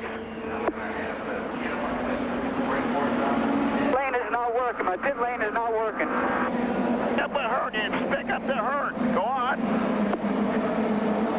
Sounds like Michael Andretti has lost his pit lane speed limiter. And Richie Hearn has missed his pit. He has missed his pit. He couldn't get in. He's had to go around. Reset your fuel. Hold it. Hold it. Hold it. Hold it. Hold it. All right, go. Go. And now Greg Moore has stalled his car, Danny. They're going to have to put the starter in. He'll be in the back of the pack. Well, of the top 3 cars, Michael Andretti is the only one who got away without being wounded. Richie Hearn misses his pit. Greg Moore stalled, had to be brought back, restarted, and he is now on his way. And that was great service for Andretti, just a fraction over 10 seconds before Richie Hearn's crew having to wait for him to come all the way back around under caution. Try it again. Out of sight of our cameras, Adrian Fernandez also had an awkward entry to his pits and had a fairly long stop. So we'll see how they shuffle out as you ride with Richie Hearn. What must be going through his mind right now?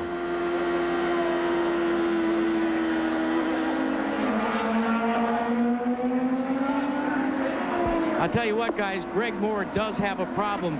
What they're going to have to do now, something's going wrong with the clutch. He's got to literally slam the car in neutral and then slam it back into gear in order to get going. So that could be costly, especially under a green flag condition. In the meantime, Richie Hearn tries this time to pull onto pit road for service, hits his marks, and the crew goes to work. Don't worry about it. We got a ways to go. Smart move by the crew chief, trying to reassure everybody on the radio. Watch your speed leaving. A long way to go, but in 13.8, he's finished his service. We are not even to the halfway point. 120 laps in the books, 130 remain. Stand by for more from Michigan. A sun-splashed Michigan Speedway. Courtesy of our Honda Helicam, you have a view of the field continuing to make their way around under our third caution of the day.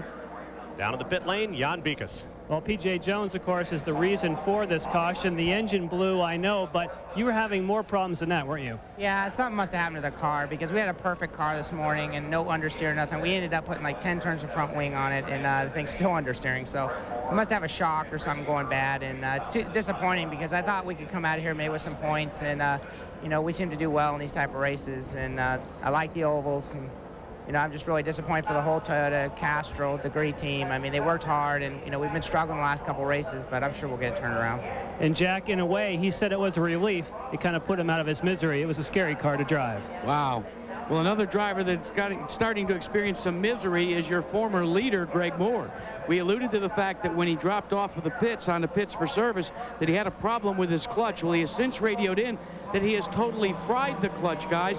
In fact, under yellow, as he came across the start-finish line 2 laps ago, he literally stalled the car trying to find a gear. And then he was just simply very lucky, Gary, because he was able to bump start it as the field rolled by, the rest of them behind him hitting the grinders.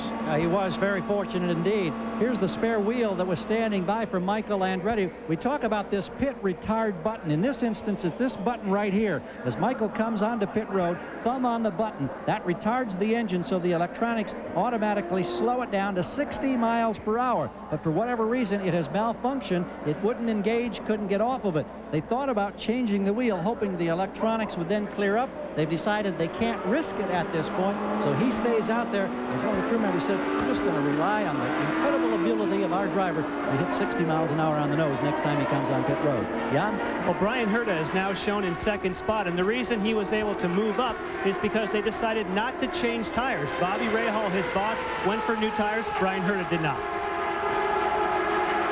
Up come the Revs as we prepare to go green. Approaching the halfway mark of this race, lap 124. We've seen 24 lead changes to date. The record is 28, set in 1982 and matched in 1985. Paul Tracy, the current race leader, is the 8th of the day. The 3rd race he's led this year, on board with Gilles de Ferran. And the word from the pits to Paul Tracy at the drop of the green flag was green, green, green. Focus, focus, focus. Brian Herta has taken over the race lead as they flash across the start-finish line, and no sooner do I say that than Paul Tracy swings alongside. And Gilles de Ferran goes with him, slides underneath Brian Herta. It's all about momentum with these Hanford devices on the back of the car where the rear wing normally hangs. De Ferran goes around Tracy for the lead. Up onto the 18-degree high banks, 225 miles an hour or so. Lead changes become official at the start-finish line.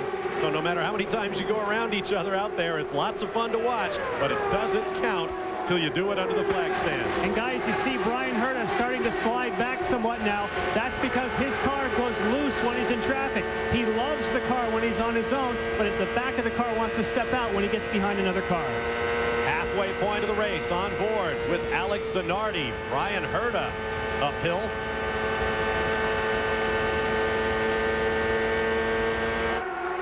And of course, that guy's slipping back there in 3rd spot. That bright red and white car is Al Unser Jr. He was up there at the front early in the race, kind of backed off a little bit, settled down, and look what he's doing right now. He runs in 3rd place. Tracy, DeFerrin, Unser Jr., Alex Zanardi is 4th, Brian Herdenow 5th, and Michael Andretti, Bobby Rahal, Adrian Fernandez, Greg Moore, and Jimmy Vasser. Vasser trying to make up for that drive-through penalty for not getting back into line at the right time. Now Tracy down low. What a horrible weekend a week ago on the streets of Toronto at Exhibition Plays for the Cool team. As Dario Franchitti dominated the race, led 76 of the first 78 laps. But with a handful of laps to go, he fell victim to fading brakes. He spun. A handful of cars dove left and right to avoid him, and the one car who could not was his teammate Paul Tracy. Both cars out of the race in the late going. As you look at Al Unser Jr. trying to hoist himself to the front, end a long victory drought for himself and pick up his car owner Roger Penske's 100th career win. And remember that he had a big push at the beginning of the race, and they've been able to add front wing to Al Unser Jr. He's now much happier with the car. 2 by 2 they battle. DeFerrin momentarily in the lead over Tracy. Behind them, Unser Jr. and Zanardi. Behind them, Andretti and Rahal. But check that Scott Pruitt, who is a lap down. And when you talk about Rahal, remember he went for the new tires. Richie Hearn did not, and it appears as though the boss had the better decision. The used tires for Hearn are not helping. Okay, be careful. Now let's look at Al Unser Jr. when he goes in here. If you can look at the back of his car, right in that area, smoke coming off of that tire. Looked like on the inside of the tire, it could be the same gremlin that hit Andre Ribeiro. Keep an eye on that one. His teammate Andre Ribeiro was out of the race. Michael Andretti goes underneath Al Unser Jr. slowing. If the officials have seen this and they watch this very closely, you do not want oil going down, but doubly you do not want oil going down on your right rear. That's the tire that does all the load around here. Look at the smoke come off of there. I would imagine they're going to have to pull him in and have a look at that one. That's a safety issue for not only Al Jr., but everybody else that's out there. And the team is saying that they believe it is a leak from the oil catch tank. They're not sure if it's the same problem as Andre Ribeiro, but they're aware of the fact that the car is smoking. Michael Andretti picks up another spot, going underneath Alex Zanardi and moving into 3rd place, looking back from Gilles DeFerrin's car at Andretti. And Jan, one thing about it, whether the oil is from the catch tank or from the real tank or any tank, oil on a high-speed oval under your right rear tire is not a healthy thing. Last time by, the top 6 cars covered by 1.2 seconds. See Michael Andretti's right hand go down there, shifted gears. Down low under DeFerrin. Andretti going for 2nd now. Tracy leads. Seemed like less than 1.2 seconds. Look at this racing, though. That whole bunch, those are all for positions in there. Every one of those guys in your screen right now is for a position. Checking speeds at the line for the last lap.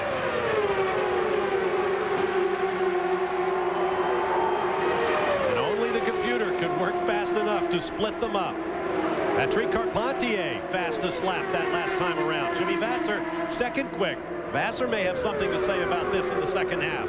So much of that, though, is the draft that you get, whether you're running side by side with somebody else. Those times do not indicate that they're faster than everybody else, just that they have a better run. And did you see that last name to which the number 1 arrow finally attached itself? Richie Hearn. On board with Scott Pruitt. Problems on an early pit stop relegated him a lap down. He currently runs in 13th place, 1 spot behind Richie Hearn. The Visteon Reynard Ford on Firestone tires for Pat Patrick Racing. Got a car down to his left, right out by the concrete wall off turn 4. Through the tri-oval area. Actually, it's a D-shaped oval, so there isn't really a dog leg there. Meanwhile, for the lead, green and white Paul Tracy. Down low, a man he has battled with hundreds of times, Michael Andretti. Tracy Tracy with a slight speed advantage at last lap, but Andretti slices below him and moves into the race lead. Paul Tracy says, I'm not having any of that. I want to get up alongside him. He went right back around the outside. Michael moves in, gets that draft, just gets a little bit, dives back out. Paul Tracy still likes that outside line, but he's got a slower car in front of him. Looked like the draft disturbed him a little bit. He had to back off, and Gilles de Ferran's going to take a run down the inside because Paul had to lift off that slower car. Don't forget, Paul Tracy still suffers under the penalty of probation. And one of the things that the entire team has been doing all day is reminding Paul to take things one step at a time. Focus has been the key word. In fact, when Paul was out in the lead and got past a couple of laps ago, Barry Green simply said to him, okay, let's run back in second or third for a while, mate. Now, there are the numbers on Alex Zanardi, going for a record-breaking 5th consecutive win. He is currently in 4th place, just a shade over a second behind race leader Michael Andretti. Battling now with Gilles de Ferran. We have had our 29th lead change, which is a new record for 500-mile races here at Michigan. Look at Gilles de Ferran just rocket up in Michael Andretti's slipstream and slide by up high. And there's Alex Zanardi in that red car going underneath Paul Tracy. Tracy having none of it. The part that amazes me the most in all this, we're setting a pace that is unbelievable. Everybody's dicing like it's the end of the race, and there's still over 220 miles of racing to go. Side by side again, Zanardi down low, Tracy up high. You see the effect of the wing there. Zanardi simply can't get enough momentum to carry off the pass. Maybe he needs a longer run at him. Well, these guys are having a great time out there. They're really enjoying this. Dyson swapping back and forth, trying to outfox the other guy and get a little bit of an advantage. This is what it's all about. Temperature in the high 80s, very hot in these race cars. Higher temperature can peak at 300 degrees in a corner. Operating temperature normally about 200 degrees. Drivers wearing heavy flame retardant suits, flame resistant underwear, gloves, driving shoes, helmets with balaclavas. Very hot in those cockpits. Tremendous G-forces in the corners. Bob, you sound like you've worn one of those suits before and driven. I have tried it, and that's why I'm up here. I haven't tried it in one of these cars, I must say. Now, these guys are tremendous athletes. They're in great shape. They spend a lot of time in the car. They work very hard at keeping themselves in top condition. They have to. If they physically start to wear out there, then they will make a mental mistake, and that can be very costly here. Keep in mind, these cars weigh over 1,500 pounds and no power steering on them, such as you see on the stock cars of the NASCAR Winston Cup Series, who race twice a year here in Michigan. This is hard work. These guys are earning their money. Andretti, de Ferran, Tracy, Zanardi, Fernandez, Unser Jr., Greg Moore. All of those drivers, race winners in the series, and several champions sprinkled up there as well. Look at the mid formation as Adrian Fernandez, the 4th car in line, moves into the battle as well. Don't forget, you can stay in the Fast Lane online and chat with Christian Fittipaldi live this Wednesday at 2:30 p.m. Eastern Time on America Online, keyword ABC Sports or ESPN.com. The top 7 cars covered by 1.6 seconds on the last lap. Through that man on the left, Greg Moore. Alex Zanardi has faded slightly. Zanardi now shown 7th. The order is de Ferran, Andretti, Tracy, Fernandez, Unser Jr., and Moore and Zanardi. Let's also look at one thing. Little Al has not stopped. Maybe this has gone away. Let's take a look here as he goes in the corner. Thought I saw a little smoke entering, but it doesn't seem to be as bad as it was before. And Danny, the team feels that possibly there's a little bit too much oil in the catch tank, and it was the catch tank that actually cracked for Andre Ribeiro. They don't think that's the same problem for Al. If it continues, they can pump it out, they say, and he'll be able to continue. The catch tank, of course, is overflow. What overflows out of the engine, it's a safety mechanism to hold the oil so it doesn't dump on the track. But obviously, there's too much in that catch tank. it has to go someplace. They then have an overflow, and the only place to go is on the track. If some of that's dumped out, he doesn't seem to have a problem right now. Adrian Fernandez down low goes by both Michael Andretti and nearly gets the job done on Gilles de Ferran. Does he assume the lead? Michael Andretti looking ahead. Look side at that. by side. Oh, behind goes Fernandez. Wheel to wheel, though, coming off the two. Had to tuck in. He's going to take a look inside three. Didn't have quite enough, but Gilles had a lift. I think he probably got a little bit of an imbalance in his car there. Had to come off the throttle. Here he comes back. Now the drivers say the cars do slide a bit. All that reduced down force at the rear means that the cars will slide up the track a little bit. We saw earlier in the race what can happen. Robbie Gordon slid up there, could not save it, and hit the wall. Adrian Fernandez, the pole sitter for this race, his first career pole in the FedEx Championship. He dropped back, not out of the top 10, but back in the field, biding his time. Now he's coming forward again. Keep in mind, he has that tremendous payday out there in front of him. And before this race today, gentlemen, Adrian Fernandez in the morning warm-up session quit about 8 minutes early. And one of the teams said it's a case of butterflies. He clearly was being very apprehensive. He knew he had a great opportunity today, and there was all that uncertainty about how the car would respond. I think his patience has been rewarded thus far. Gilles de Ferran down under Mauricio Gugelmin in the bright orange car.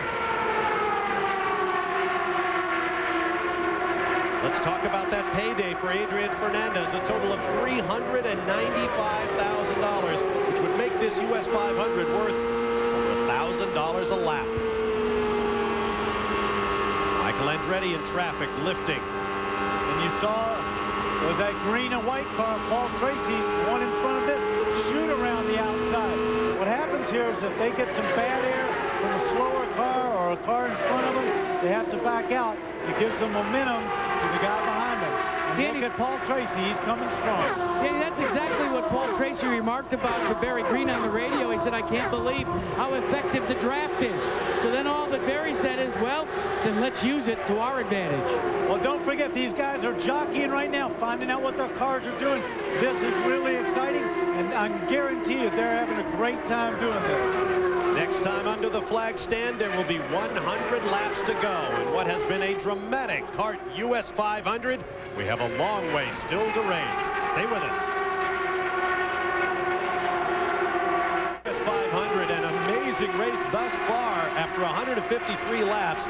37 now official lead changes. The leader is Adrian Fernandez, who sat on pole for this race, averaging 219 miles an hour for Green Flag Racing. See the cars out of the race. Normally a 500-mile race produces a lot of attrition. We haven't seen a lot of that here. Paul Tracy is in.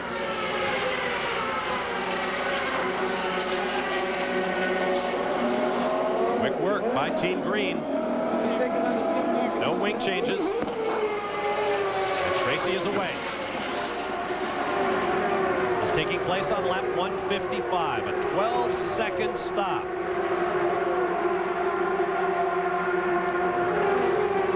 Gas, staying under the yellow line as he must. Here comes Al Unser Jr. Remember, he had that oiling problem, a suspected oiling problem early on. Let's look and see if they even go anywhere near the back of the car. And Danny, they're not planning on doing anything of the kind. The CART officials are looking at the back of the car to see if they can see any spray. They are discussing it, but they have not told the team that they need to make any changes. 11.9, nice stop for Al Jr. Al Unser Jr.'s 5th stop of the race. Paul Tracy has also stopped 5 times. Here comes Gilles de Ferran.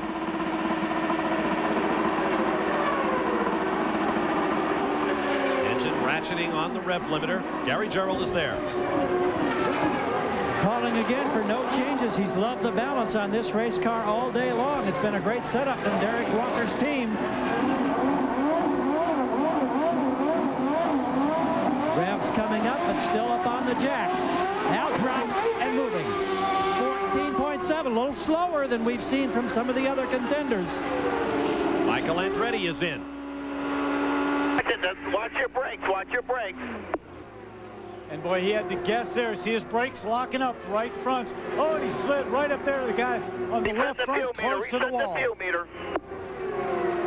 And remember, Michael has no pit speed limiter, so he's got to be careful when he exits. Hold it, don't move. Okay, go. I thought he came in a little slowly. 13.1 second stop for Michael Andretti. Fortunately, he doesn't have far to go before he exits the pit. Adrian Fernandez pits from the race lead. And Fernandez very calmly pulls to his marks. They are going to go up a half a turn on the front wing. They've adjusted. And they've got a problem, a slight problem on the right rear tire. They complete the change. No, they have not. They have not. They've got a problem. They've dropped the jack. The right front lug had not been re-extended on the right rear tire. This is costly. They had changed the stagger as well. 21.3 seconds. A costly stop for your former leader. Jack, I think what happened was that gun broke on the right rear. You had to go get the spare and come back out to it. Now, for many of these leading cars, these are their 5th stops. But for this man, Greg Moore, who now pits from the lead, it is his 4th. And Greg Moore, at the moment, everything going fine. They're waiting for just a bit more fuel. Oh, he's having trouble again. Remember, he doesn't have a clutch. He does not have the clutch. It did not work that time. It looked like he was going to get underway. They'll have to restart it. No onboard starters on these cars. He tries again. And a big loss under green for Greg Moore. What they have to do there with no clutch is they have to rev it up and then jam it in gear and hope everything catches and you don't stall it. And one man who took advantage of the problems was Alex Zanardi. You saw him briefly. He got a very quick stop and was back out. We go on board with him. Bad pit stops for the top 2 cars in the running order as you ride with Alex Zanardi. Bob, let me tell you about a good pit stop. Al Unser Jr. has been informed by the CART officials, or the Penske team has, that they have determined there's no oiling problem. They looked at the back of the car, and they're going to let him continue. Let's get to Jackaroo. Yeah, let's see if we can figure out exactly what happened to your former leader, Adrian Fernandez, on that pit stop. As you know, it's a sequence, kind of a choreography for a race team. Now, one man actually jacks the car up with the air jack. Another man uses their air lug wrench to take the single lug off. Another man helps pull the wheel off, put it back on. Well, everybody was just a wee bit out of step. They dropped the jack too soon. The lug nut had not been tightened. And then all of a sudden, mayhem broke loose, and the seconds ticked away. Meanwhile, you saw Paul Tracy go rocketing into the race lead around Alex Zanardi. Now on lap 162. Tracy has about 15 car lengths on Zanardi. As you watch Mark Blundell, having completed a stop. He's going slowly. Very slow down the back straightaway. This is not a normal pit stop. He is going slowly. He's down below the white line on the apron. Going very slow. He may have lost the fire. He had just completed his stop, was coming back out, and now he heads for the pit lane once again. And what it was, he was scheduled to come onto pit road, so we would make the assumption that he ran it too close on fuel. We'll take a break. Plenty of action still to come. We'll be back after this message and a word from our ABC stations. The pot continues to boil at the US 500. Welcome back. Here's a look at the pit stop summary. Paul Tracy, Alex Zanardi, Al Unser Jr., Gilles de Ferran, and Michael Andretti, when they came in and when they came out, along with the time length of their pit stops. As you can see, Tracy benefited enormously going from 3rd to 1st, and he's been involved in a struggle with Alex Zanardi. As you ride with Michael Andretti pulling up behind Zanardi, Gilles de Ferran, he is also in this scrum. Zanardi became the 9th race leader thus far, and we still have 80 laps to go in this race. And the way these guys are racing, you'd think it was the last couple of laps in this race. Zanardi, Gilles de Ferran, Michael Andretti, and the last one in there was Adrian Fernandez after that bad stop. They are right in there, 2nd, 3rd, 4th, and 5th. What a battle. Pretty brave to put up that running order at the bottom of your screen because it's changing constantly. 41 official lead changes thus far. A long way to go. We'd have to say the experiment with the Hanford device has been a huge success in terms of the racing. Formation flying at 220 miles an hour. You guys, to update update you on Mark Blundell. It turned out it was not fuel for him because he had pitted just on the previous lap. When he left pit road, they suspected something might have happened at the right rear. He came back in and said the steering was not working properly. So they checked all four corners of the car. He actually came in twice. They sent him back out. They cannot find a problem with the car. Mark Blundell, winner of the most recent 500-mile race in the FedEx Championship Series on the 2-mile oval at Fontana, California, where we will finish the 1998 season. Look at these guys. This is wheel to wheel, as exciting as it gets. These are all for positions except for Castro Neves. You saw a blue and white kind of red stripe car in there. He's in 18th spot. He's battling with these guys. Michael Andretti down low, Paul Tracy up high. There's Gilles de Ferran and Adrian Fernandez. These guys all going for position, and the red car just leaving your screen. Alex Zanardi is the race leader. The top 5 running nose to tail. Danny, I have a quick question for you. When you drove here at Michigan Speedway, did you have to use your mirrors a lot, or did you kind of have a sixth sense? Well, you had to use your mirrors, but this is unbelievable. Well, my point is today everybody is being referred to watch your mirrors, watch your mirrors. I believe that's a result of how impressive the draft is. Well, it is, Jack, because you can't move out too fast. There might be another car who's drafted you and somebody else to come along there. If you move out, you might clip another car. I got to tell you, watching this, I'd like to get back in, throw my name in the hat for one of those rides that's open up for next year. Alex Zanardi now has company as Michael Andretti swoops low. Zanardi has led 10 of the 12 races run thus far this year, including today's US 500. He is the defending race champion. Here last year, he picked up his first oval race victory. He also took the lead for the PPG Cup, symbolic of the Drivers' Championship, while his teammate Jimmy Vasser suffered his last mechanical DNF in this race a year ago. Target Chip Ganassi Racing has been that good. Saturday live at 1 Eastern on ABC Sports. Be sure to watch for the Brickyard 400 as the NASCAR Winston Cup Series gets its turn on the legendary Indianapolis Motor Speedway. Next Saturday live on ABC Sports. Right there, Adrian Fernandez. There goes the pole money. Right there. That was our pole position. And a bit of debris went over the catch fence. As the Mexican slides to a stop in an accident reminiscent of what happened to Robbie Gordon much earlier in this race. He's parked right there on the FedEx sign, the insignia in the grass. The right side of the car heavily damaged. His visor is up as he looks around.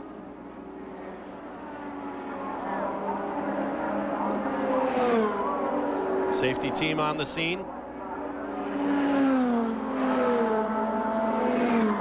A cadre of emergency medical technicians, 3 MDs here this weekend. And you saw how they go in there. They're choreographed just like a pit crew. Medical guys go straight in there to make sure he's okay. The other guys check at the back of the car, make sure there's no fuel leaks, oil leaks, no potential for fire. Then they take the action that they need to, depending on the situation.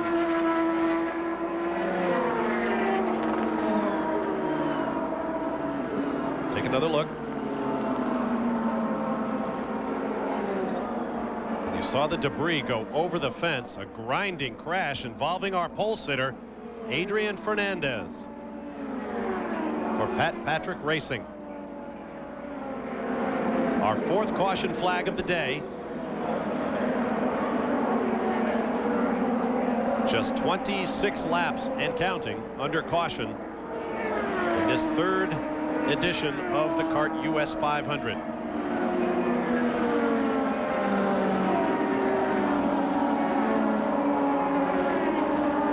Steve Newey did radio to Adrian Fernandez as he came to a rest on the grass and said, "Are you okay?" Fernandez waited a very long time and finally radioed back and said, "I think so." That's all the information that we have from pit road at this time, but they continue to talk to Adrian Fernandez, the safety team from CART, that is.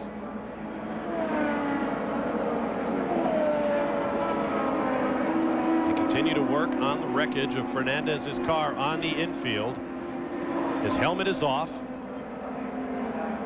The reports are that he is drinking water provided by the CART safety team. let's not forget, in a situation like this, they want to take their time, be very cautious, make sure that nothing is wrong before they try to extract him from the car, so they make sure they know every situation.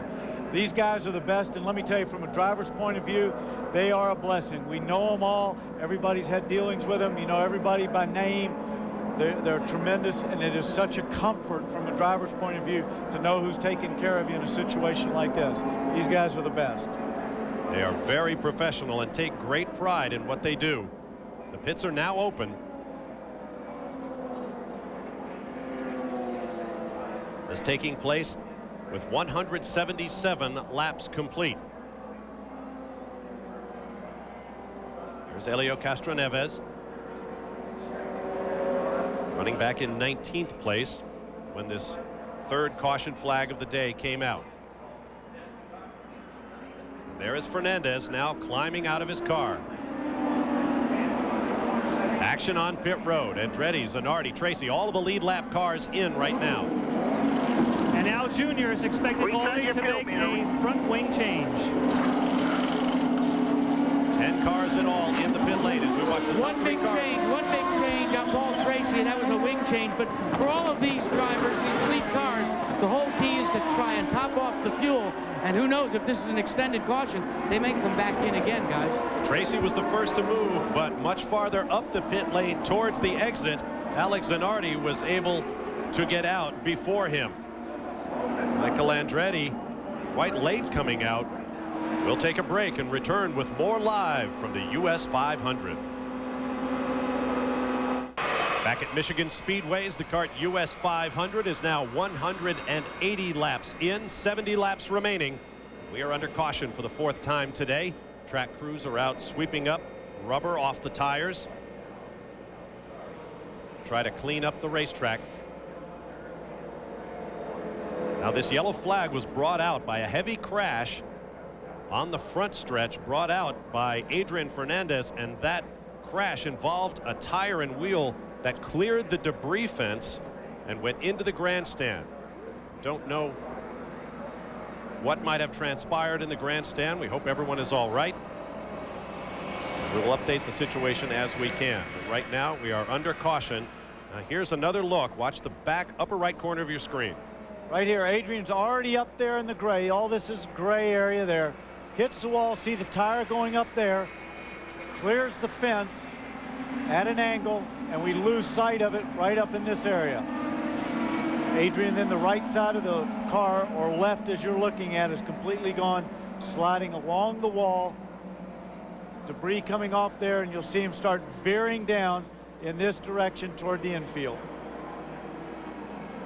So Adrian Fernandez climbed out of his car and was taken to the infield medical center.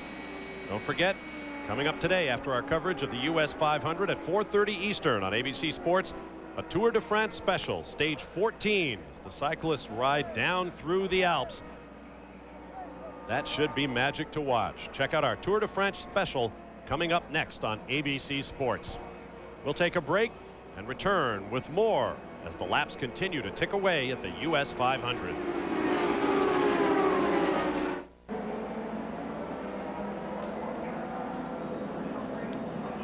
Back at Michigan Speedways, the US 500 continues. In a moment, we expect the green flag. Here's another look at the incident in which Adrian Fernandez hit the wall. Adrian Fernandez right there. Paul Tracy down the inside. Adrian tries to tuck down underneath him, and he loses the air, I think. Gets up in the gray, nothing can happen. Once again, as you saw, a tire and wheel cleared the debris fence, went into the grandstand. We understand there are some injuries. We do not know the extent of them. We surely hope that they are not serious. We expect a green flag shortly. Alex Zanardi, the race leader. Paul Tracy shown in second, Alonso Jr. in third, Gilles de Fer in fourth, Greg Moore in fifth, running without a clutch. And he is still one pit stop down on the rest of the leading cars. Car on the back, he's on the grass, going backwards right there. One of the Team Green cars, that's Dario Franchitti, the Scotsman who took pole a week ago on the streets of Toronto and narrowly missed collecting his first CART FedEx Championship Series win.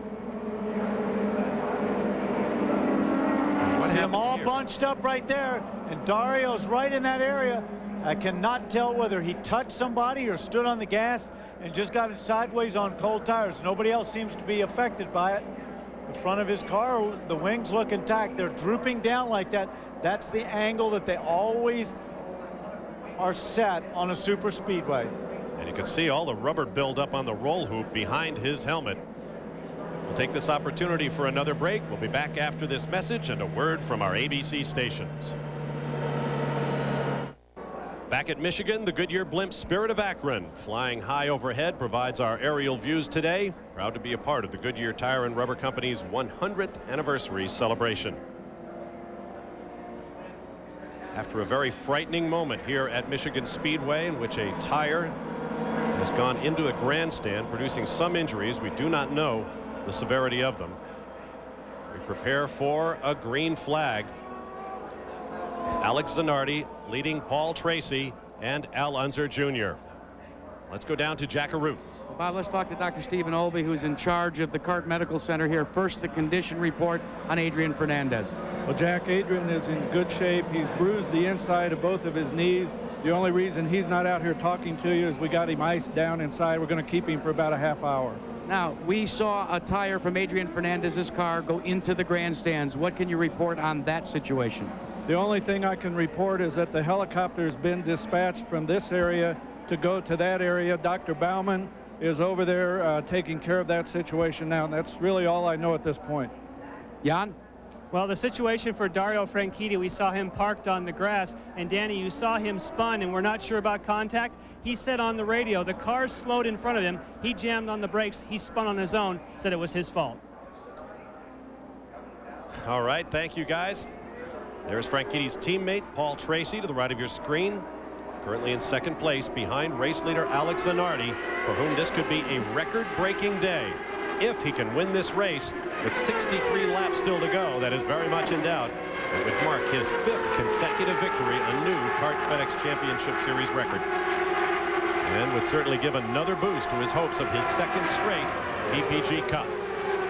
We are green once again, and immediately Al Unser Jr. from 3rd place is looking for more. Tracy underneath for the lead. On the backstretch. All 4 cars on your screen are for the race lead as Zanardi goes low. Tracy, Unser up high. Gilles de Ferran coming into view as well. And Al had to back off right there because as he went up high, Paul Tracy had to move up a little bit because of Alex Zanardi. Little Al had to lift off going into 3. But he keeps Gilles de Ferran behind him.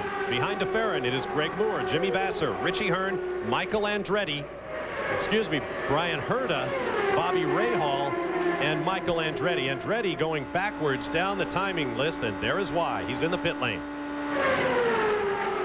And he exits immediately.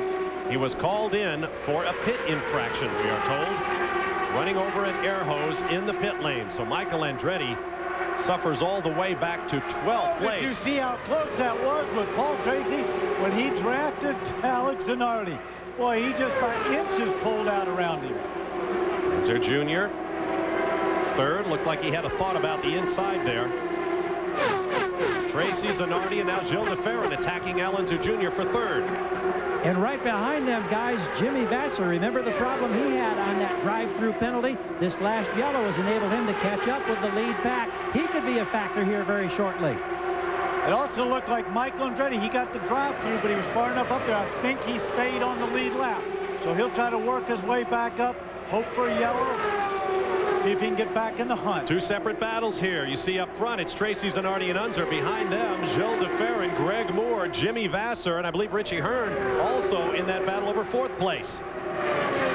And they are catching up to the front 3. The more these guys battle, the more it holds them up. It allows the guys in the back, if they stay in a draft, they can work their way to the front. There's Greg Moore in blue coming up quickly behind Al Unser Jr. And then Jimmy Vasser. And behind him, Gilles de Ferran, who's dropped back to 6th. And Richie Hearn, the red car, last in line. These guys look like they're battling right there to the finish. There's over 100 miles of racing to go. 1.3 seconds covers first to seventh. On board with DeFerrin. Saw his car moved up. He was behind the car on the left of your screen there. Moved up a little bit. That's probably the disturbed air. You've got to be careful not to get up in that gray. We've seen 2 accidents up there so far today. On board now with Richie Hearn. And you heard him and saw him downshift into a lower gear so he can get a run off of here.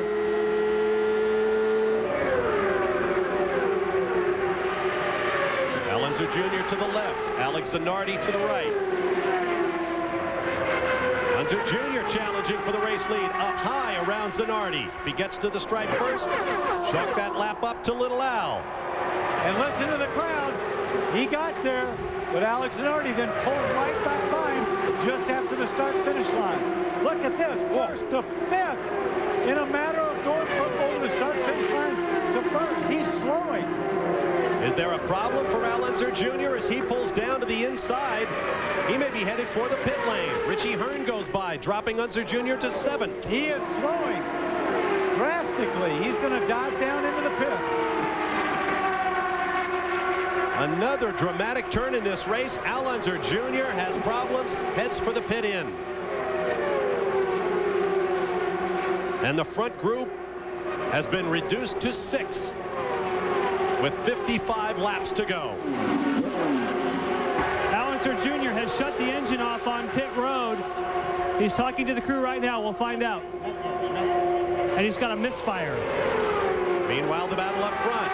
Zanardi, Tracy, DeFerrin, Moore, Vassar, and Hearn. Jimmy Vassar has really benefited from these yellows. Remember his penalty earlier? He lost a lap, and look where he is right now, right back in the thick of things. 46 lead changes among 9 drivers. 54 laps to go. If either Jimmy Vassar or Alex Zanardi win this race, it will be the 7th consecutive victory for Target Chip Ganassi Racing. That will tie the series record set by Team Penske back in 1994.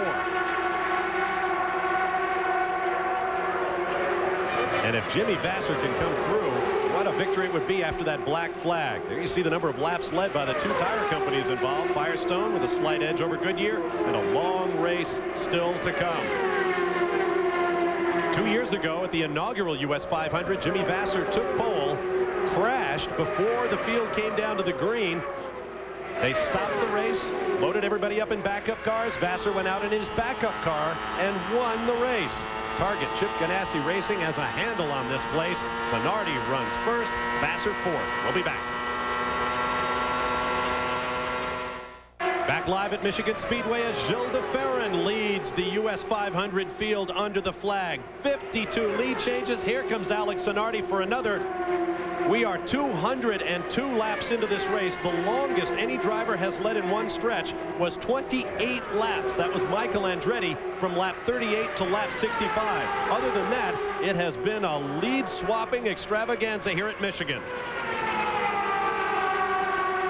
Now the story of Al Unser Jr. has come full circle. Here's Jan Bikas. And Al has climbed from his car. I understand it's electrical problems was what put you out, but you've got to be excited about leading the race there for a short period of time. Yeah, it just seems every time we get in front, something happens right now, but I don't know if it was electrical or what it was. You know, the engine just started cutting out on me right when I came off of fourth. When I got the lead, and I told Roger under the yellow we were gonna lead this thing right as soon as it went green. And you know, what can I say? I mean, the car was beautiful, and the crew did a fantastic job. And I want to say hi to little Al and Cody and Shannon and little Joe at home. Okay, little Al's back. Thanks. On board now with Richie Hearn as the fight continues up front. Zanardi, DeFerrin, Vassar, Tracy, Hearn, Moore, and Brian Herta trying to close up. Actually, this is a battle between the teammates, Herta and Rahal. And they are all there back in 7th and 8th spots, but they're only just behind the lead group.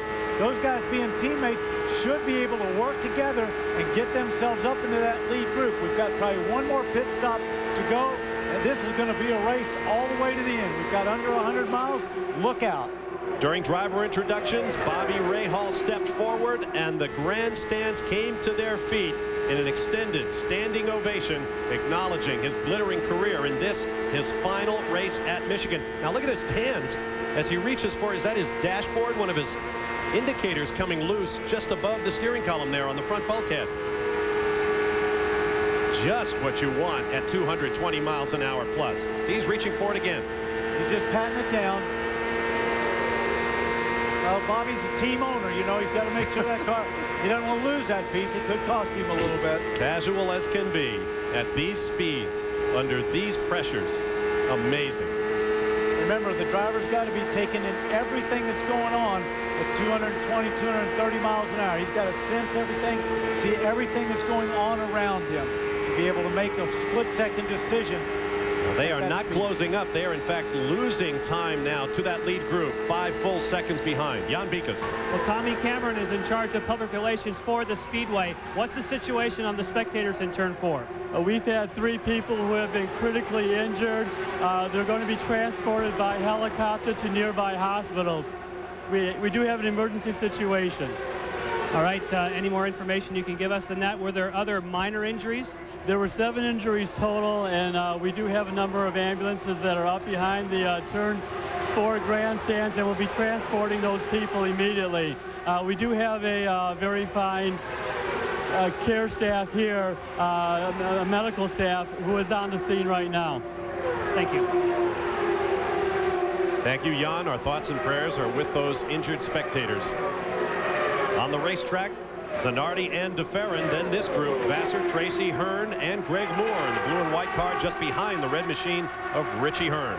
And fellas, one driver that is very agitated and frustrated right now because he cannot get up and draft with the leaders is a fading Paul Tracy. Not because he doesn't have the power to, because of concern that he might not have enough methanol to. You see, they're going to try and push their final pit stop to about lap 2:19. If they do that, they think they'll have sufficient fuel to go to the end. But Barry Green is still doing his calculations. And they'll be crunching those numbers with each lap that goes by. If we get a yellow, things are going to get really exciting. 2 weeks from now, we'll do it all again, but we'll be back on permanent road courses at the Mid-Ohio Sports Car Course. Join us here on ABC Sports for the CART Miller Lite 200, Sunday, August 9th. Paul Tracy runs in 4th place. Boy, Zanardi has broken away from this pack a little bit. These guys are going to need some help from some other cars, or are going to have to work together or really get a break in the pit stop. And as we've seen this year, Alex Zanardi hasn't made many mistakes in the pits. He has been absolute magic, checking speeds at the line. And once again, the fast driver in the field is further back. Greg Moore, 226.757 miles an hour. How about Patrick Carpentier, 226. Scott Pruitt with a 225. This one is long from over. Greg Moore down low, attacks Richie Hearn.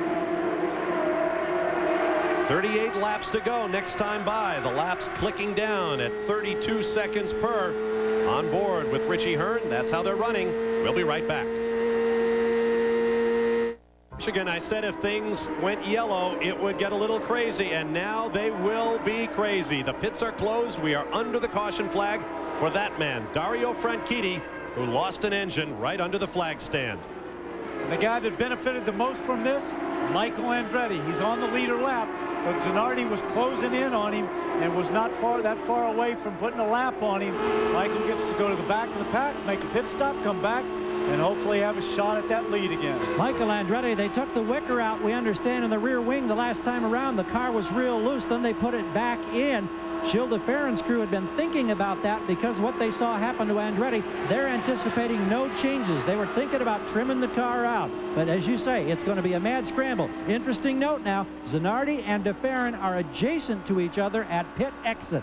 And Paul Tracy was looking to pit on lap 219. Right now, Barry Green is saying to him, if we can stay out there, that's when the pits should open. And then he says, we'll give you as much as we can, but we're still going to have to conserve to all the way to lap 250.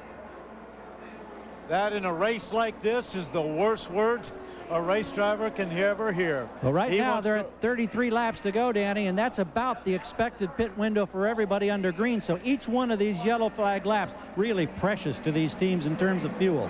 Absolutely. As they cross the start-finish line, officially now 32 laps to go. As the kart safety crew has a look at the racetrack, that's where the engine first went sour for Dario Franchitti. And after a long plume of smoke, there was some oil down at pit out, but the Scotsman got the car off the racing line and off the racetrack. Hopefully the cleanup will not take long. Now the pits are coming open.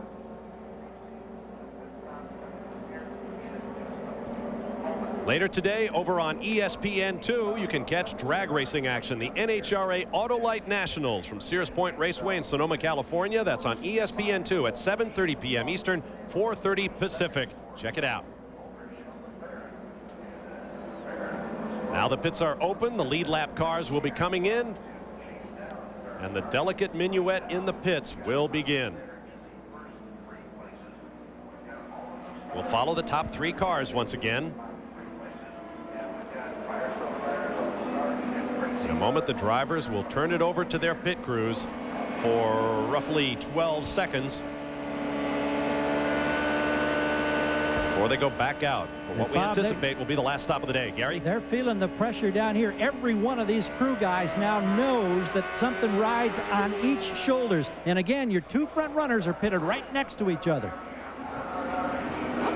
See the crews out there in the pit lane. But the first car that will hit his marks is the car furthest down pit road, and that is Paul Tracy. They go to work, and they keep telling Paul, remember, you're going to have to conserve fuel. A wing change down on the front wing for Tracy. Michael Andretti has change. Zanardi. Michael Andretti has just reached his Zanardi's out. Zanardi behind him, and he lost a couple of spots. Zanardi ahead of Paul Tracy. Vassar out as well. Gilles de Ferran lost a lot of ground in that pit stop. And to update you on Greg Moore, remember he does not have a clutch. He was in 4th place coming in. He did not stall it. 12.8 seconds, so a good stop for Moore.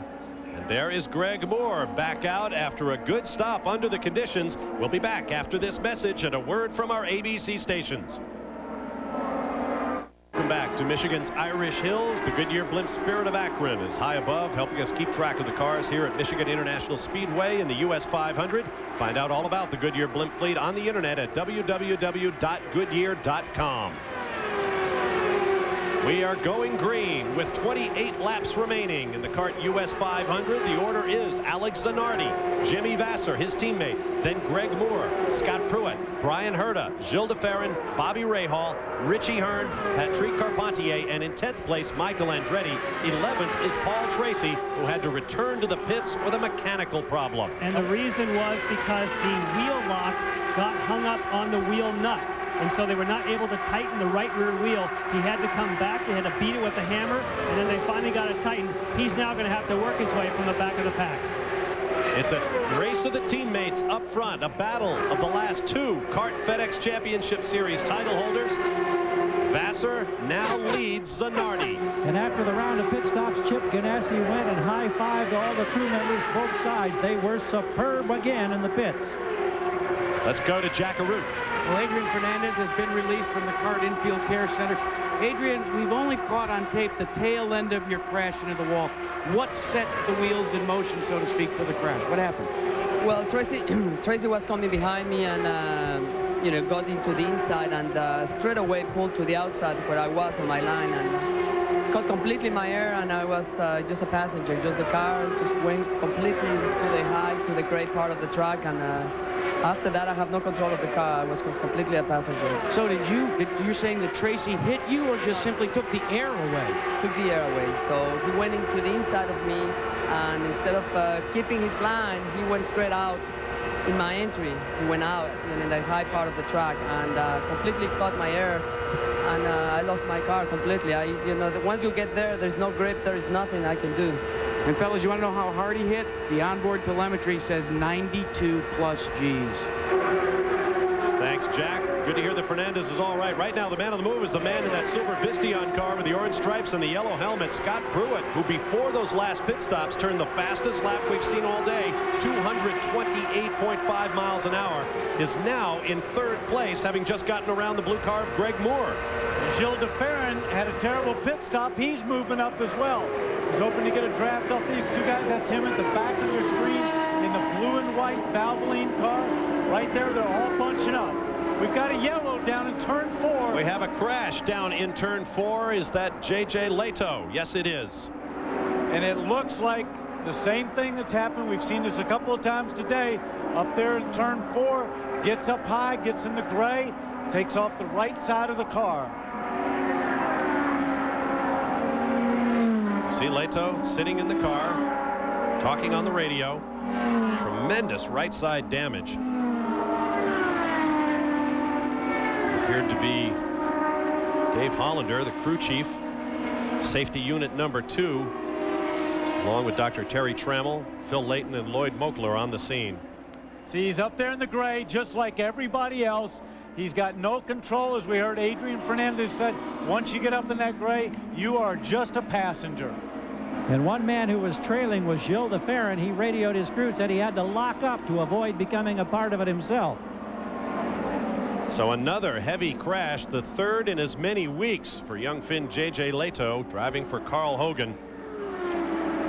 He told me this weekend they have been very expensive weekends. The last 2, now 3, with hundreds of thousands of dollars in damages and not a point to show for them.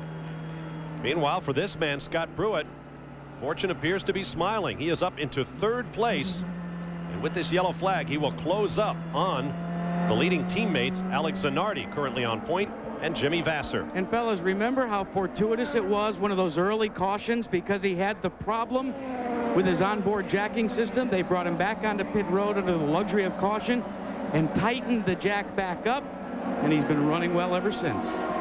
There's the view from our Honda Helicam.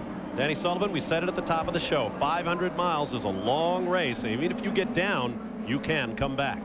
You can, a couple of breaks. You got to persevere. You got to stay patient. Remember, the only lap you really want to lead around here is lap 250, and we're a ways away from that and a lot of racing to go. Now, what's going to happen too is anybody that was even close on fuel, this yellow will help them tremendously.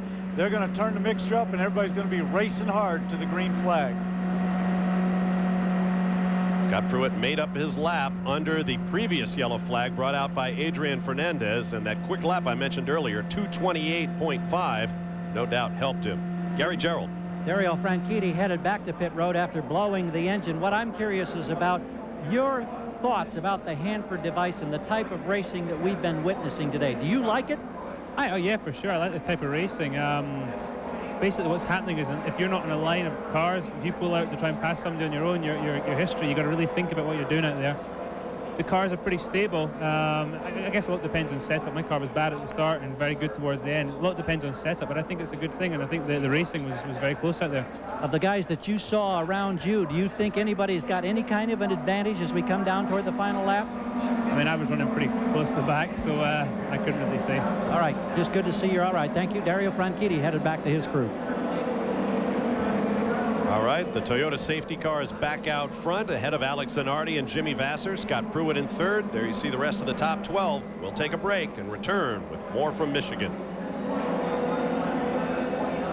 Back to Michigan, where our Toyota Spotlight highlights Alex Zanardi, who was in position to break a record today.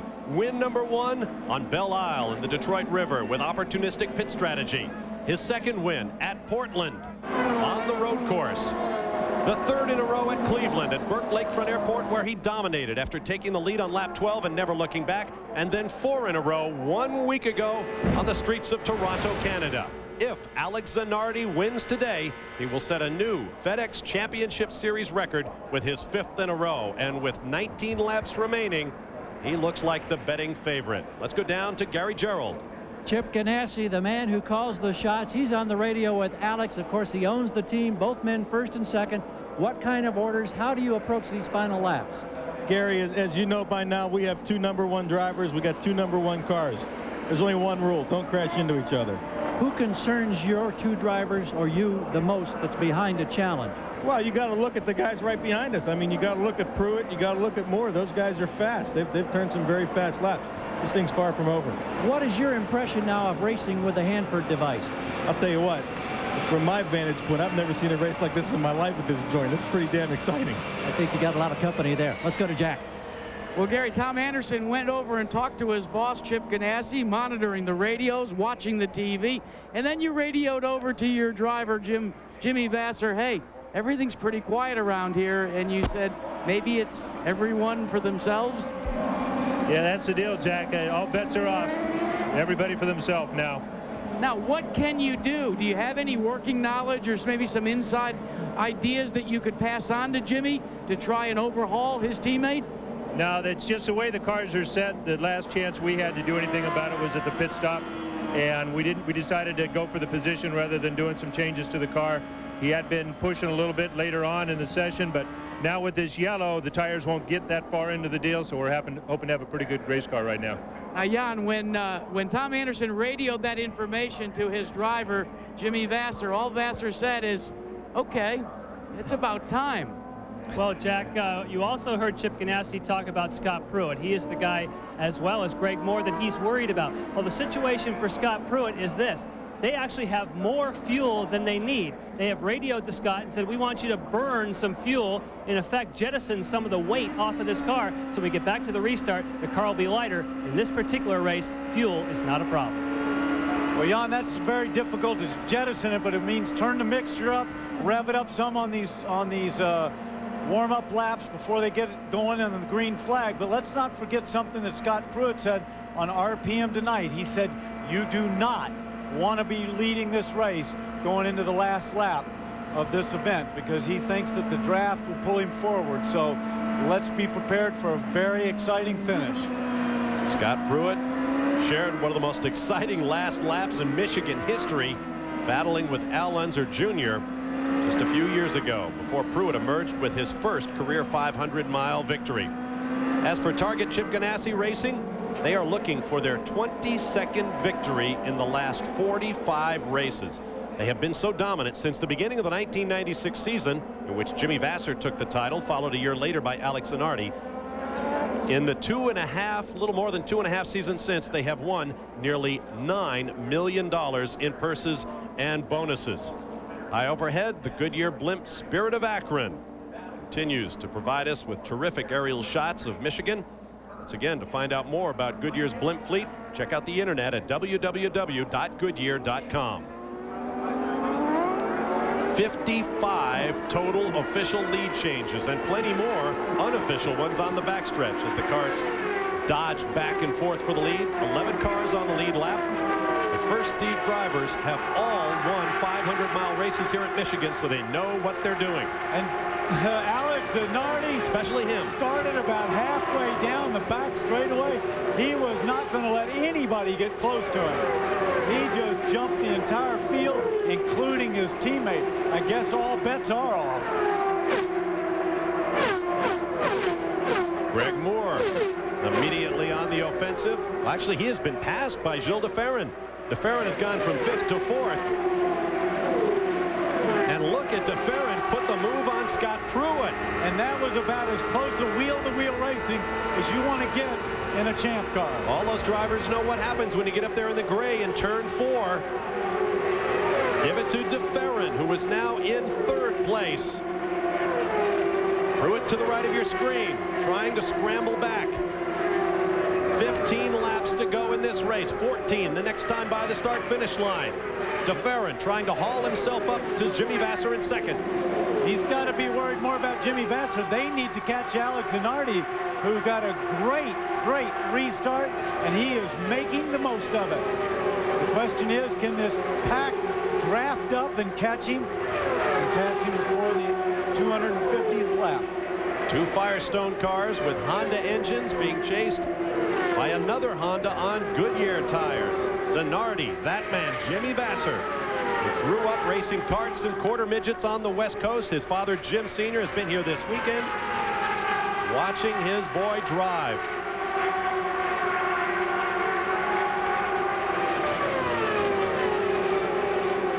Checking the speeds from the last lap. 223 for Zanardi. Greg Moore now up high on Scott Pruitt. But Pruitt holds him off. Jimmy Vasser's making a move down the back straight on his teammate. Now keep in mind, Zanardi has that 69-point lead. Even if he were inclined to take a few risks here in order to win the race, he really doesn't need to do that. He is so comfortably out front of the championship, he can give away 3 races full of points. Of course, Alex Zanardi would never admit to that. And now let me tell you, he just came back very strong around the outside. That may be the case. Be conservative. He's got a big cushion, but there's a reason he's a champion. He wants to win the race today. Whether Alex Zanardi remains with Target Chip Ganassi Racing next year or moves on to Formula One, that will be a story for weeks to come. Right now, he is totally focused, and his focus is absolutely amazing. He can put aside such concerns as the fact that his wife spent an overnight in the hospital while carrying their first child earlier this week. On the racetrack, he simply drops the visor, and he is in his own world. Right now, he's got to deal with his teammate, and here comes DeFerrin. And look at Jimmy Vasser. He dove down the inside, trying to break a little bit of that draft, using some IROC techniques that he's learned. Don't let those guys get too close. Across the line they come again, running nose to DeFerrin, Zanardi, Pruitt. There is Jim Vasser watching his son in action. And listen to the crowd. Oh, problems for DeFerrin. Oh, big suspension out the back. No, that's a blown engine. Yep. Turbo fire. We'll have a yellow flag for that one. And we do. Jim Swintal brings out the yellow once again here at Michigan. As suddenly it has all gone away for Gil DeFerrin. Let's take another look. Goes in high, top of your screen. Boom. Yeah. Motor blows. Now the flames came out, a little fire, little oil in there. Nothing serious. Gil waits until everybody goes by on the inside, moves down. Very professional. Got down there where he wouldn't get the track all oily. Nothing Thought he appears might to have be been coming out. dragging a suspension piece. Those pieces are changed to prepare the cars for the high stresses of oval track racing. But it appears that an engine has gone away. Down to Gary. Derek Walker, you watch on. You're so close to winning this race. It must be crushing at this time. Well, real disappointing, Gary. I mean, we played this thing right up to this point. We worked on the race all of the time. We're right in a position to do it. We could have got Vasser. Something's gone wrong. I don't know what it is, but we'll have to try another day. What can I say? Thank you so much. Through it all, no matter how rough the luck, Derek Walker always manages a smile. Gil DeFerrin rolls in. We will stay live with the action here.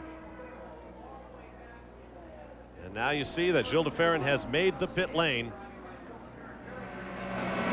Meanwhile, Alex Zanardi pulls up behind his teammate Jimmy Vasser, and the shoe is on the other foot.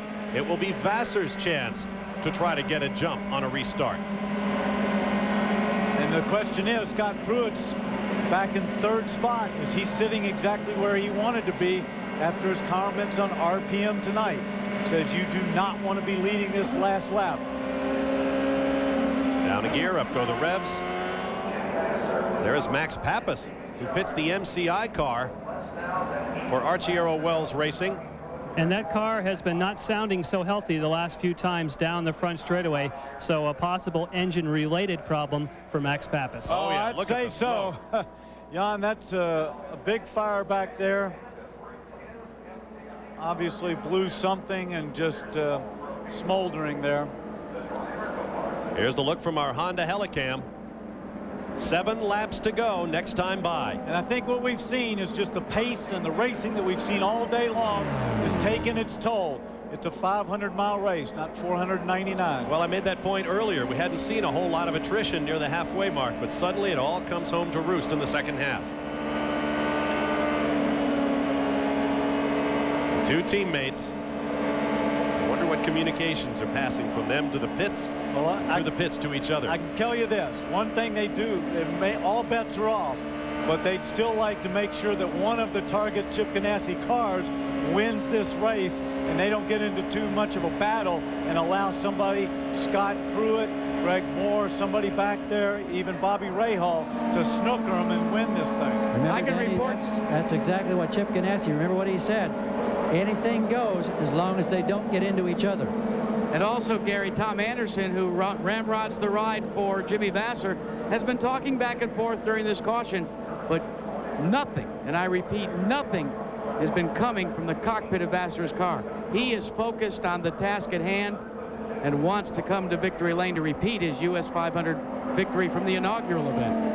Well, you raise a good point there, Jack. The top 3 men have all won 500-mile races here at Michigan, including this man, Scott Pruitt. In 18 500-mile races here, we have had 16 different winners. Only Michael Andretti and Scott Goodyear have won more than once here at Michigan. Among these 3 guys, we will see, or we could see, our third multiple 500-mile race winner here at Michigan. Who will it be? We're about to find out. 6 laps to go next time by. And in regards to Scott Pruitt, in a very similar fashion to Jimmy Vasser, nothing at all coming from the cockpit. Another man that's totally focused at the job at hand. Well, Jan, I don't know about those guys in the cockpit, but I tell you, my adrenaline's going up here. My heart's pumping. This is going to be a shootout. There are the 2 teammates. Vasser leading Zanardi. 2 men who grew up on opposite ends of the world. Vasser in California and Zanardi in his native Italy. Well, remember now, Zanardi showed his hand on the last restart. Jimmy Vasser wants to try to do the same thing to Zanardi. Zanardi is not going to be snookered, I think, as easily as he caught Jimmy's napping that last time. And neither is the rest of the field.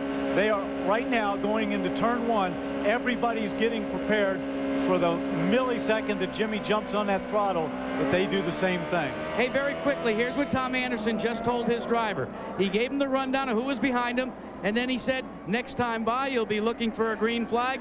Anderson said, good luck. Vasser keyed the mic for the first time and said, thanks, I'll need it. Look at this, and everybody's ready. They know what's coming. 17 cars. Trophy dash. Everybody, look at that. Jimmy's trying to go. Zanardi's right there.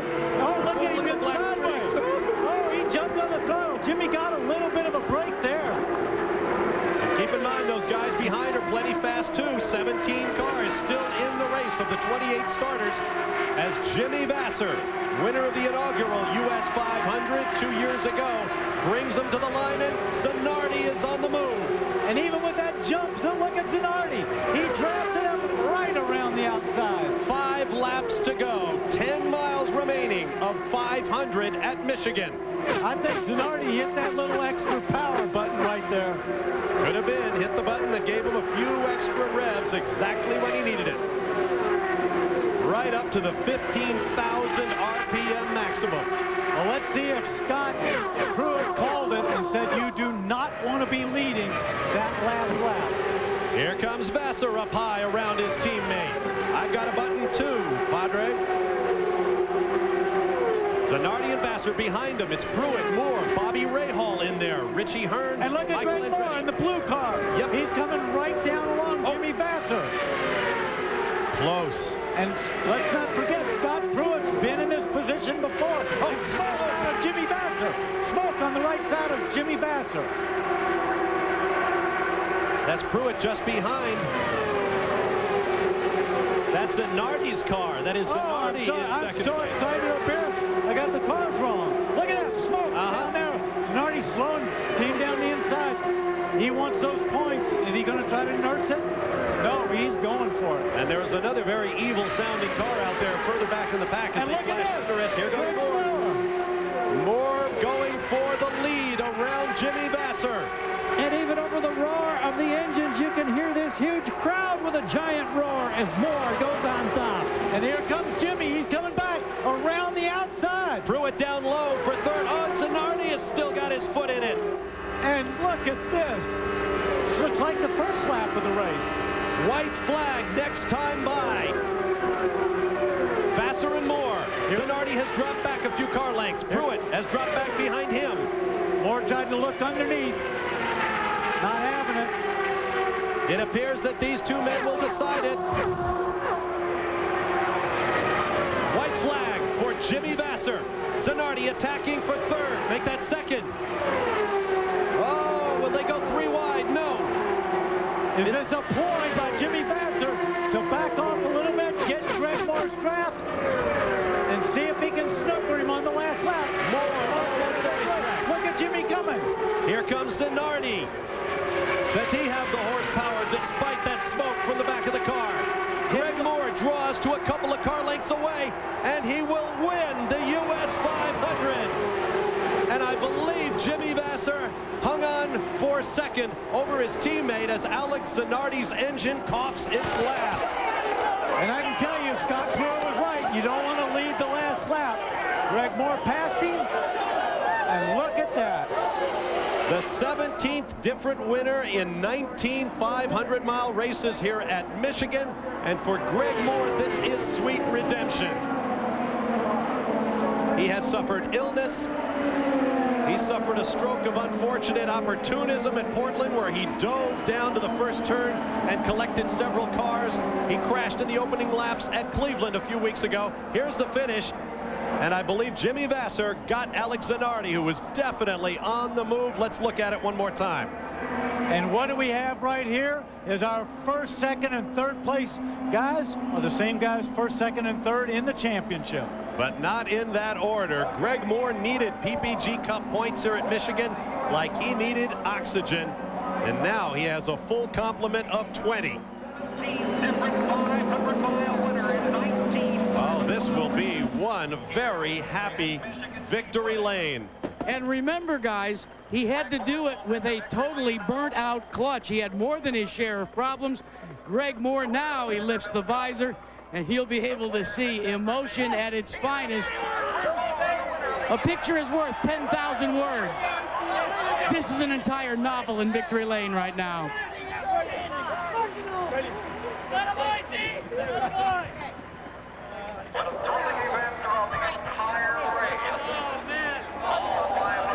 Well, Greg Moore taking his earpieces out, getting ready to get started here on what has to be a very emotional victory lane for you. The camera is over this way, Greg, and after a great start of a season, more than your share of problems, now you've battled back. Jerry Forsythe and company, they're going to congratulate you now, but I want to talk about those last couple of laps. That was intense. Wow. That's what all I can say. Thanks. Oh, just the players, guys, gave me great pit stops all day. I mean, we stalled the car twice in the pits. We had a bit of a mechanical or electronic problem there, but we bounced back from it. We knew we had a good car. It was just a question there right at the end. And, you know, both the Ganassi cars were awfully fast, but we just managed to get them on that last lap going into one.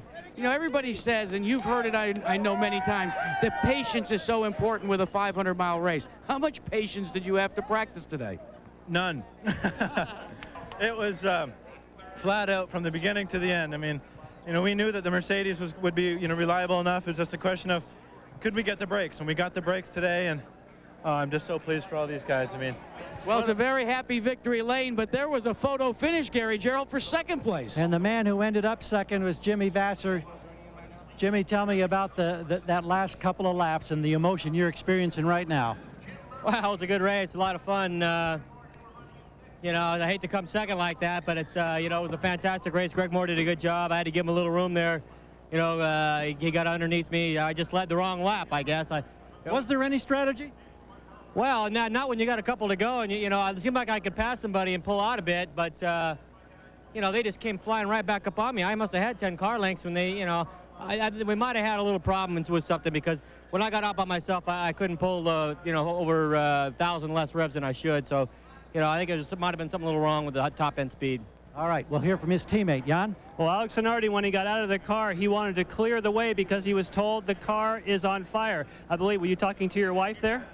Yeah, she's been watching. She told me good job. When you saw the smoke, or did you know the car was smoking and made a decision to stand on it as opposing to lifting? What can you do about it? There's no difference in this place. It's not that you can ease and say, I hang in there and let the engine have a break. I mean, you flat out all the way, so it's a 50-50. Well, it stayed together. Congratulations. Thank you. Congratulations indeed to our top three. Fourth career win for Greg Moore, the second this year, and equally dramatic. We'll be back. Back at Michigan, don't forget, coming up next on ABC Sports, a Tour de France special, the 14th stage in the Alps, a downhill sprint you won't want to miss. The Tour de France coming up next on ABC Sports. After a day full of twists, drama, and tremendous racing action, here are the final results. Victory for Greg Moore, his second of the year. He also snatched a victory away from Alex Zanardi in the closing laps at Rio earlier this year. And of course, the battle for second place between the Target Chip Ganassi Racing teammates resulted in second place for Jimmy Vasser, third for Alex Zanardi, who retains a fat lead in the championship. Not as much attrition as we expected, and a great race. 63 lead changes among 9 drivers. With 7 races remaining in the Kart FedEx Championship Series season, there you see Alex Zanardi's lead over his teammate Jimmy Vasser. Greg Moore, with the victory, remains a very strong third for the PPG Cup. JJ Leto has not been released from the Infield Medical Center after his crash, but we trust that he will be all right. And of course, our thoughts are with the injured spectators here today at Michigan. We have no further update on them either. I'm Bob Varsha for Danny Sullivan, Gary Gerald, Jan Bikas, and Jack Arute. Thanks for being with us. We'll leave you with a look at some of the highlights of today's CART US 500 at Michigan Speedway.